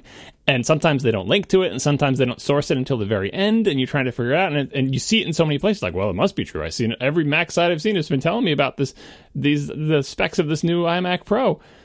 It's like, and you trace it all back, and it's just this one completely unsourced thing. Anyway, this completely unsourced thing is giving us supposed specs for the iMac Pro, and this one says it will have a Intel E3 1285 V6. I have no idea what the hell that is. It's nothing. Yeah, 16 gigs of RAM, upgradable to 32 or 64, ECC memory, faster SSDs, and up to 2 terabytes for the SSD size, and AMD graphics with support for VR and Pro apps, whatever the hell that means. Thunderbolt 3, USB-C Gen 2 with, ta-da, a brand new keyboard for Casey. All right. Got something for everybody. All right, so basically, just to summarize quickly here, Xeon E3, it might as well not be a Xeon. The Xeon E3 is only barely different from the consumer chips that the iMac already uses. The only thing it would get you is support for ECC RAM. That's pretty good, though. That is something. But and so like that, I feel like, if the iMac Pro, which I just assume whenever we say iMac Pro, it's in finger quotes. If the iMac Pro is something to handle, like, heavy horsepower, then that's not going to do it. That's what the old iMac already has had. If it's something to add check marks to make pros stop complaining about certain things, it helps a little bit in that area, in the sense that it enables ECC RAM. But that's about it. And Thunderbolt 3 and USB-C, like, I'm assuming it has a lot of PCI Express lanes. Does it I have more? I don't think it has any more, because you have to go to the E5 series. Like, I'm pretty sure it has the same PCI Express configuration as the regular i7 high-end chips, because it really is just an i7 with, like, ECC compatibility. Basically, there's really nothing else to it. That's literally all it is. It is a way, the E3 line it mostly exists to make cheap server options, because servers almost always want ECC, and server needs almost always use that, like in data centers and stuff. And it's a way to basically bring the wonderful economy and power of the consumer i7 line into cheap 1U rack mount servers. So there's not really a huge benefit, and that's why, like, remember, like about 2 years ago, they started selling. Not Apple, but like the PC industry started selling Xeon laptops, and that was the same kind of thing. It was like using this E3 line where it's like, yeah, that's not really anything more than what we had before. It's not really anything more than the consumer line. So that's same thing here. Like, it would enable ECC, but that would be the only advantage that it would have over what we already have in the iMac. That being said, it would also not require any additional thermal headroom, because it isn't a bigger chip. It doesn't have more cores. It doesn't have a higher TDP. Like, it would be very easy for Apple to configure an iMac with an E3. So if the idea of the iMac Pro is to do as little work as possible and check off a few more boxes for pros while changing almost nothing about the iMac, then okay, maybe. But that's probably not. Like, that wouldn't be a very compelling product for almost anybody. So I hope that isn't what they're doing. I hope they're doing more than that. Well, if it's the only one that comes with Thunderbolt 3 and USB-C, then suddenly that becomes a lot more attractive, because it's not just people who are looking for Pro who are buying it. It's like anybody who wants basically a modern 5K iMac would buy it. It's like, well, if that's the only one that has all the new ports on it, I'll get it. And if they want that fancy new keyboard, right? Other ancillary rumors attached to this, and I keep seeing this. I haven't traced this back to the fantastical origin, but the 8K display. Apple's working on an 8K display for the next generation of Mac Pros. 8K display has been floating around for a long time. Is that a thing? Is that a thing that anyone is asking for? Well, Dell just shipped one. Do you see? Like, Dell just shipped one for $5,000. I know. All right. So yeah, right. But my question is does the size math work out to be something reasonable? Like, yeah, like how big would it have to be to keep the current DPI? Right? Yeah, like I think it would have to be like 40 inches. It would have to be pretty big. I think we learned from past monitor things and some like current day ones where like you have like that one LG like super wide 35-inch or whatever it is, right? Yep. So like we've seen like kind of rough idea of what these what monitor sizes are and what works and what doesn't. We can probably agree. Actually, I'm curious, John, because you're probably the contrarian here. What do you think is the largest, inch diagonal measurement that a single monitor could reasonably be for practical desktop computer use, where you wouldn't have to sit so far back from it that the resolution would be wasted? So my answer to that question would probably be maybe like 32 inches, maybe at most 35. What do you think? I would go up to 42, because I know people who use televisions as their monitors. Obviously, the resolution is horrendous, right? But they're using like actual televisions as their monitors because they can get them in really big sizes. And why? Because if you have any kind of vision impairment, you can't buy a computer monitor that makes things as big as you want, that doesn't make it look like you're looking through a tiny little porthole. So they will get a 42-inch television and put it at like a resolution that we would run a 23-inch display at, and keep it like normal computer distance from them, and just lets them see things better. So I think it's actually surprisingly big. But that wouldn't be a use case for 8K though. 8K is talking about like right. No. But you just asked about the inch sizes, right? Now 8K right, specifically. The reason I'm skeptical of the 8K thing is not because I think 8K is not a thing, right? But just when I envision Apple making a monitor for its Mac Pro, I envision 8K as a thing that only people who are working like at ILM get, so they can look at their 8K video, composites or whatever. Like that, people who are working with source material shot in 8K. But traditionally, Apple has left that market to like the super duper high end color calibrated weird monitors with hoods over them and like that type of thing. Apple has never sold one of those. They've always sold a really good monitor for regular people that has great color calibration, but always during the entire history of Apple, if you go into a very fancy place that even just does stuff with Photoshop or with special effects or whatever, you will see one of those really weird, I don't think NEC makes a bunch of them, or one of those really weird monitors just for this specific industry. And right now, I feel like 8K is in that category. The only people who need 8K are people who are shooting 8K footage who want to see it displayed in 8K, so you want 8K monitor.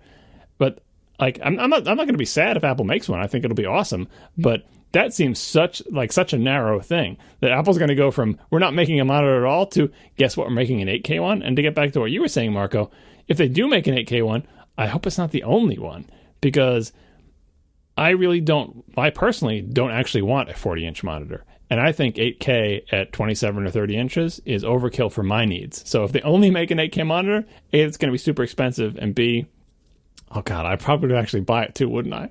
You would.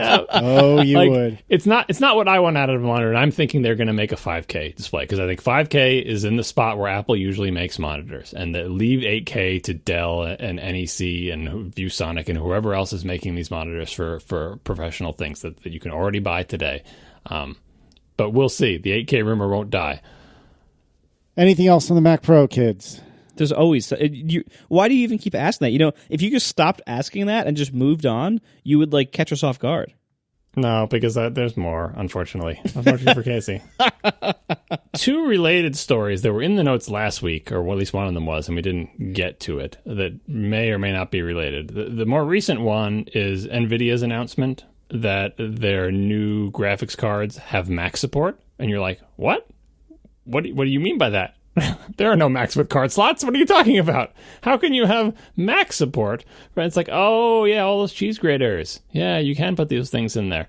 So NVIDIA is offering drivers for its Pascal-based GPUs. That's their latest architecture of GPUs. And this is the NVIDIA Titan XP is their product they're launching. But the drivers they're making will work with any Pascal-based GPU, apparently, on the Mac.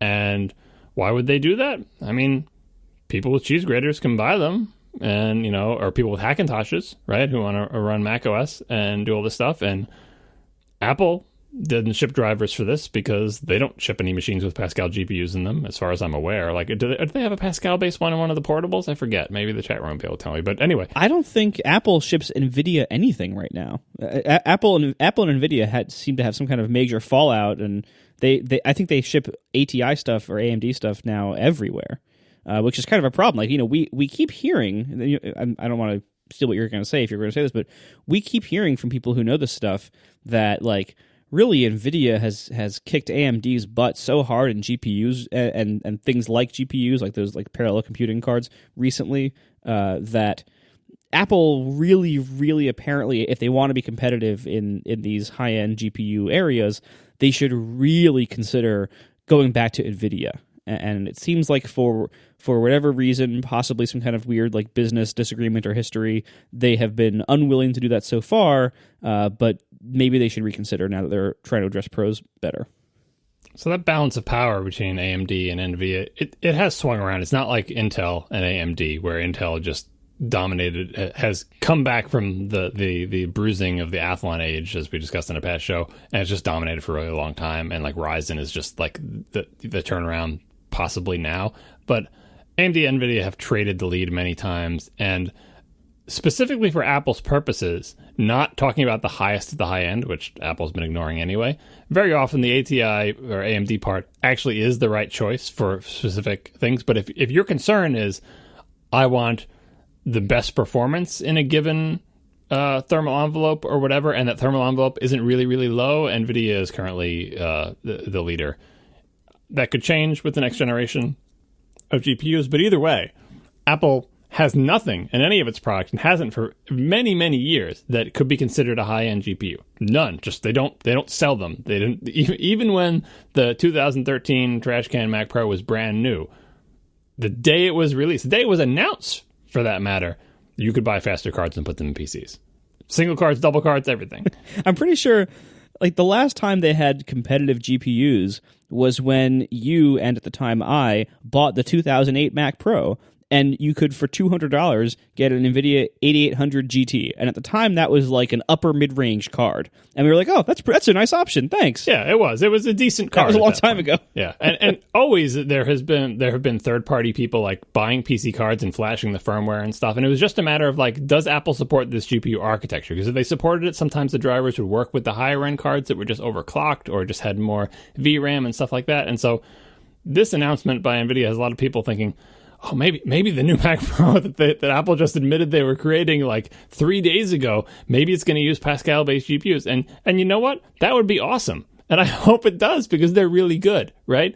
but I can't draw any kind of sane connecting line between NVIDIA supporting Macs with its current crop of lines and anything that Apple's going to do by its as yet unknown to anybody outside Apple Mac Pro project. So I can't connect those lines, but I really sincerely do hope that an option on the new Mac Pro is the highest of high-end video cards from NVIDIA, because that would be awesome. And they kept talking about how people want a single really fast GPU, and this is a single really fast GPU. For all we know, Apple could have made a deal with NVIDIA for them to develop these drivers, because like that's the only line I can draw. Is like, why the heck is NVIDIA doing this? Are they so desperate for money that they want the 7 people who have Hackintoshes to buy this card and put it in, right? Like, what? Why? Because making Mac drivers for a video card is non-trivial. It's a difficult thing to do. Working with Apple's driver stack so different from Windows, and for what benefit? So maybe there was some kind of agreement or money changing hands to have NVIDIA do this sometime in the past, and they're just like, well, while we wait to be in the new Mac Pro, we'll sell this to people or whatever. I don't know. But anyway, I'm excited about this. People who have cheese graters who are more modern than mine that can actually run this. I believe I can't run this in mine because I think it requires more PCI you can't even run lanes Sierra. Yeah, I can't even run. Yeah. Anyway, this seems like an exciting announcement for a very small group of Mac nerds. I'm excited by the prospect of a very super high-end GPU in a future Mac Pro. But for now, I can't connect the dots on this to say that this means anything about what GPU the next Mac Pro is going to have. And related to this is the older story, which is about Apple moving away from Imagination, the Power VR GPUs that it uses in all of its iOS products. Mm-hmm. For many, many years, speaking of GPUs, Apple's GPUs in its iOS devices have been awesome. They have been amazingly good. They always show that graph that shows, look how crappy our GPUs were in the beginning of the iOS devices before we even called it iOS. And look at this curve. Every time we come out with a new product, the GPU is like super duper faster. It's like, it's not linear. It's like going up like a hockey stick. We are kicking butt on GPUs, and look what we can do with these games and all, And it's true. They've been doing a really good job with their GPUs. And I think for the entire life of iOS devices, they have been using Power VR-based GPUs with intellectual property licensed from Imagination Technology.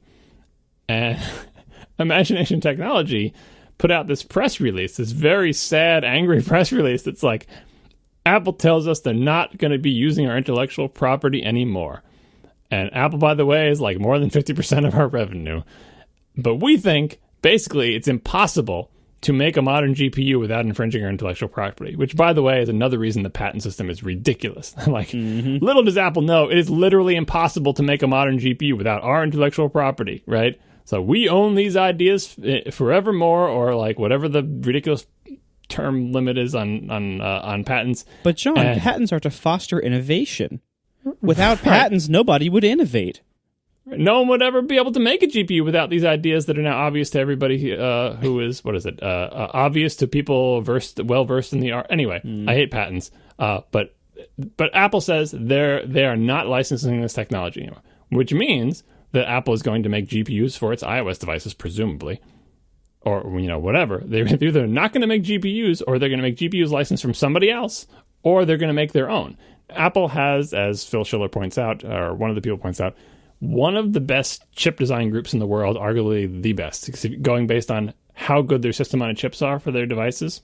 And have you seen the benchmarks of the new Samsung S8 or whatever? It's like it matches the performance of like the iPhone 6S. They're like 2 generations behind, and Apple is doing amazing. Like they're making these chips themselves. Yes, it's ARM-based technology, and they have that license from ARM to use the instruction set and all that other stuff or whatever. And yes, they're licensing GPU stuff from Power VR or whatever. But Apple, make no mistake, Apple is designing these things ever since the confusingly named Swift CPU, which I think was the first one that they really did themselves from scratch. Yeah, it was the iPhone 5, right? Yeah, they're doing amazing. So I have zero doubt that if Apple wanted to, they have the in-house expertise to make an amazing GPU for the next iPhone. Whether or not it infringes on patents, who the hell knows? Let the lawyers fight it out. I think Apple's going to win that one because they have more money, and that's how our legal system works. They're like, you know what? F you, Imagination. We're going to buy your company. done and done. We win. And that's their worst case scenario. So Apple will not lose this. Or they could be licensing someone else's thing. But combining the new Mac Pro rumor, which now infects everything that is discussed surrounding the Mac, it's like, does this mean Apple is going to make their own GPUs for the new Mac Pro? And while I think that would be amazing and fantastical, I'm going to say no on that one. Yeah, that makes no sense. because Apple already doesn't like the ROI on the Mac Pro, reportedly, and in fact, they seem to not like it so much that they didn't even make one. They just barely decided to make one.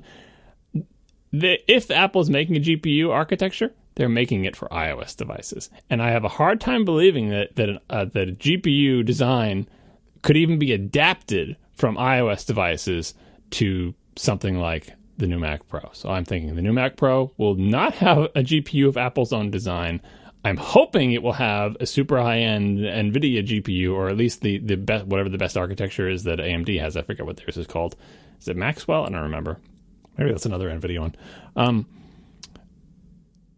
And I don't think the imagination rumor is connected to the Mac Pro either. It does make me kind of excited about what the next iPhone, and the GPUs are going to look like there, because, like, presumably Apple is ditching imagination for some benefit, and I don't think the benefit is the relatively piddling amount of money they pay. It's like only $75 million a year, which is a lot of money to Imagination Technologies. Apparently, it's like, Apple is their biggest customer. It's like more than half of their revenue. But Apple sneezes and $75 million comes out and falls on the carpet. Like that's how much they spend for snacks at the defunct Apple car project, right? Yeah, so I think they want to do it for the same reason they do everything. They want to own and control all the blah, blah, blah technology, blah, blah, blah, blah, blah. And I bet they have some good ideas about, that chip team is like, we have some good ideas about how to do a GPU in ways that are our own ideas. Why do we need this Imagination Technology stuff anymore? We have all the expertise in-house to make an amazing GPU ourselves. We don't need them anymore. It will free us up to do what we want. Now, there's a couple of good articles about this, is saying, all right, so Apple could do this, but there is an entire software ecosystem built up around the PowerVR architecture that take advantage of features of the PowerVR architecture that are tuned to work well on that architecture, in terms of, for games, you can get really low-level type of stuff, like things that perform particularly well on a particular chip with a particular set of execution units in a particular arrangement with particular latencies. That's how game development works a lot of the time, especially as you get up towards the high end. If Apple makes a new GPU that has very different characteristics, or that doesn't support any of these weird PowerVR specific extensions that are things that game developers can use or could have used in the past, that may be a problem for iOS game compatibility. Stuff like Metal may help with this, because presumably Metal provides, it's less of an abstraction layer than OpenGL, but it's more than like writing against the bare metal of the GPU.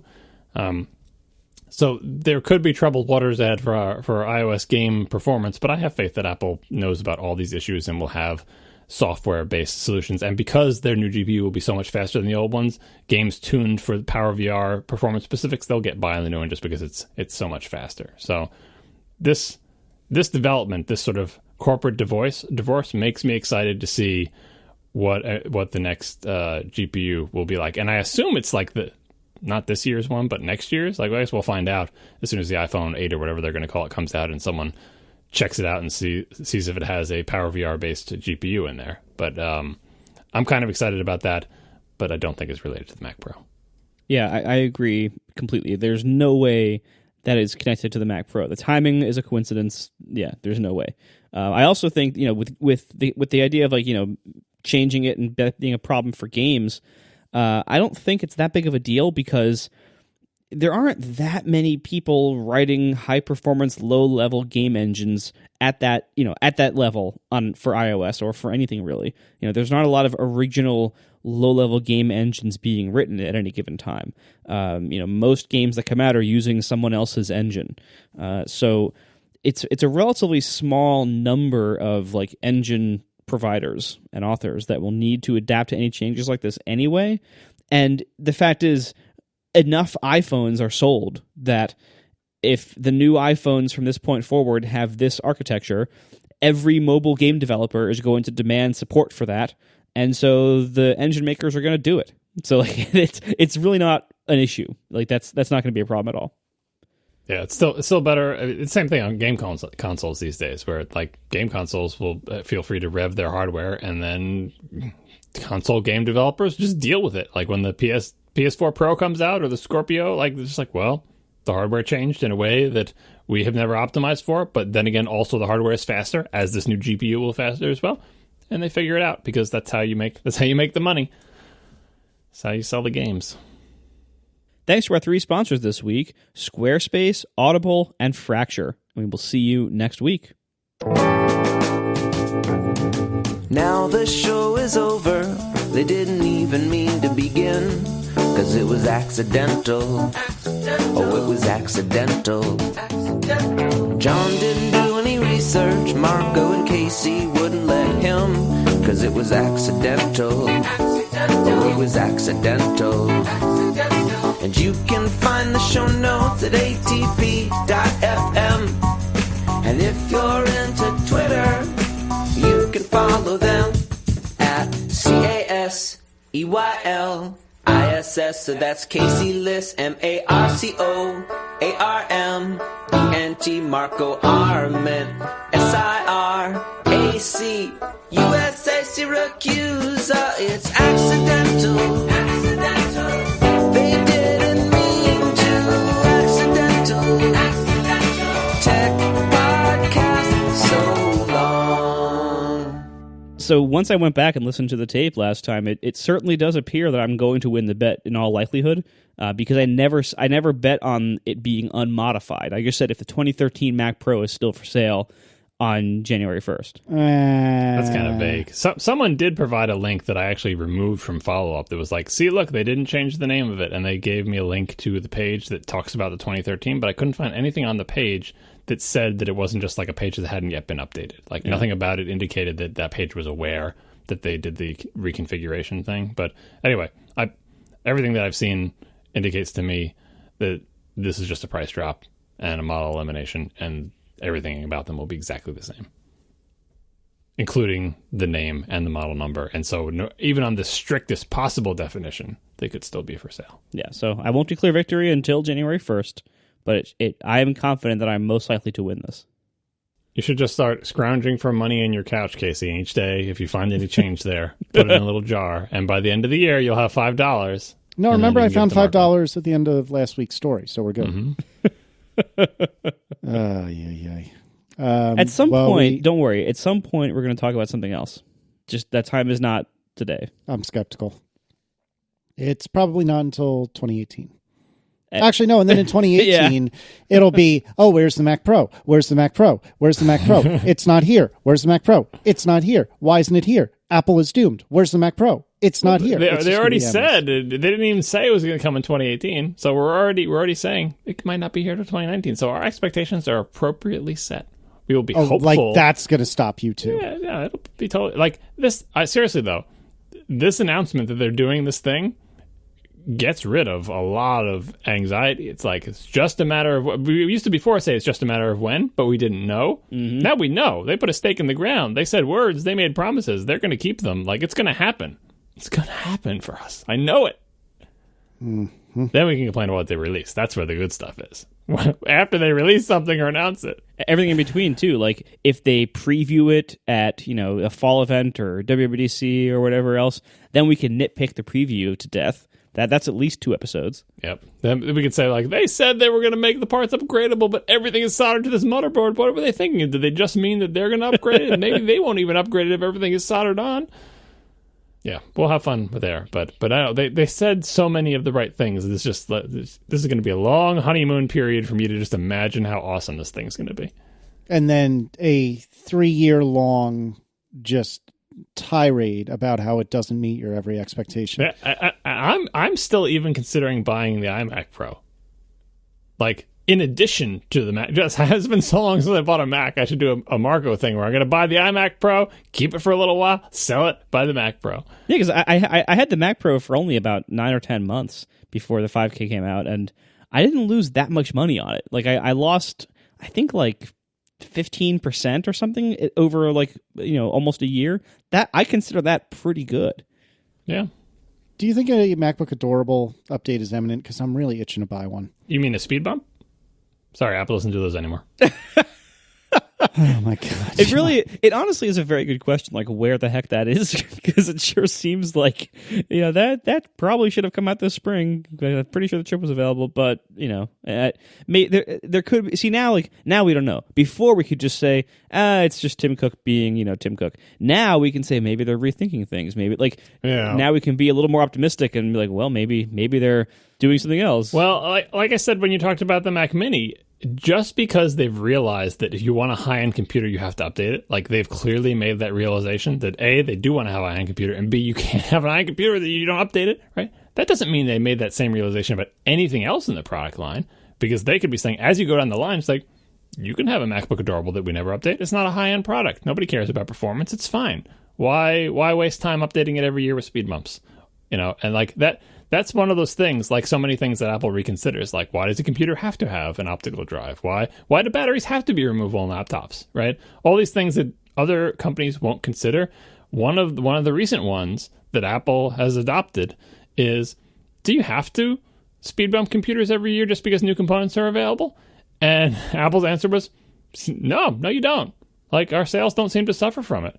In fact, maybe they do better because we built up all this demand among the people who know that our computers are old and crappy, that we have these big spikes when we release new things. So maybe you don't have to do that. Now, on the high end, they've changed their mind. But the whole rest of the line, I will need to be convinced that they've realized that speed bumps are a thing that they should go back to doing. And honestly, I don't know if they should, quote unquote, should for the business. We all want them. Tech nerds get upset that speed bumps don't happen. But maybe they're right for non-high-end products, that the customers for those products don't care, and we'll just keep buying the MacBook Adorable and update it every 2 years or every 3 years or whatever, and it will be fine. And honestly, I can kind of get on the same page with them if they have the numbers to back that up, because the role of those products is not to be the very fastest thing you can get. And when you do comparisons against competitive products, it's like, well, but we got macOS. You can't. It's not an apples to apples comparison, haha. Because who cares if you can buy a Dell laptop for way cheaper that has updated components? No macOS. So that could be what they're saying. Now, I hope they go back to speed bumps because I think it's just a healthier thing to do overall. And the lack of speed bumps makes technical people angry at Apple, which spills over into our attitudes about everything else that they do. But who knows? But anyway, they made the right decision on the Mac Pro. Again, I'm still basking in that. So honeymoon period. If you look at the Mac Rumors Buyer's Guide, MacBook, don't buy. MacBook Air, don't buy. MacBook Pro, iMac, don't buy. Mac Mini, don't buy. Mac Pro, buy now. Yeah, I can't believe they did that. Like, it's like a bug in their system. It's like, yeah, I know they quote unquote updated it by changing prices, but like, you got to turn that back to don't buy. Like, don't buy that. Yeah, there's no way that is earned. There is no way. That's a bug. That is earned even less than the new badge was when we started this show for the 2012 Mac Pro. Like that. Is that still that way? Because I saw those same screenshots when people screenshot, look at this, isn't this funny? Their buggy software put it as a buy. But if it's still there, maybe it means someone at Mac Rumors actually thinks... No, I looked a minute ago. No, they need to change that. It's still there. It's right there right on top. Buy now. It says buy now, price drop. So it at least clarifies that it's not an update. But don't buy now. No one should buy those unless you have to. Unless you know you have to, because like whatever reason that Casey's coworker needed to buy, like, but regular people don't buy those. It did not improve. No. And the price drop, if they had dropped the price to $50, yeah, definitely buy, right? But they didn't. it's still pretty darn expensive. You should not buy it. Yeah, now to get a good configuration, instead of spending $7,000, you'll spend $5,000. Still probably not worth spending for an almost 4-year-old computer. For a computer that your phone beats in certain benchmarks. Well, it's not that bad, but it's not great. There's a refurb MacBook Adorables. I know my brain is telling me no, but my heart is saying yes. Just don't. I want one, though. I'm sick of having an iPad that doesn't let me get anything done on it. Imagine if iPads actually worked for getting things done. That'd be amazing. Oh, my God.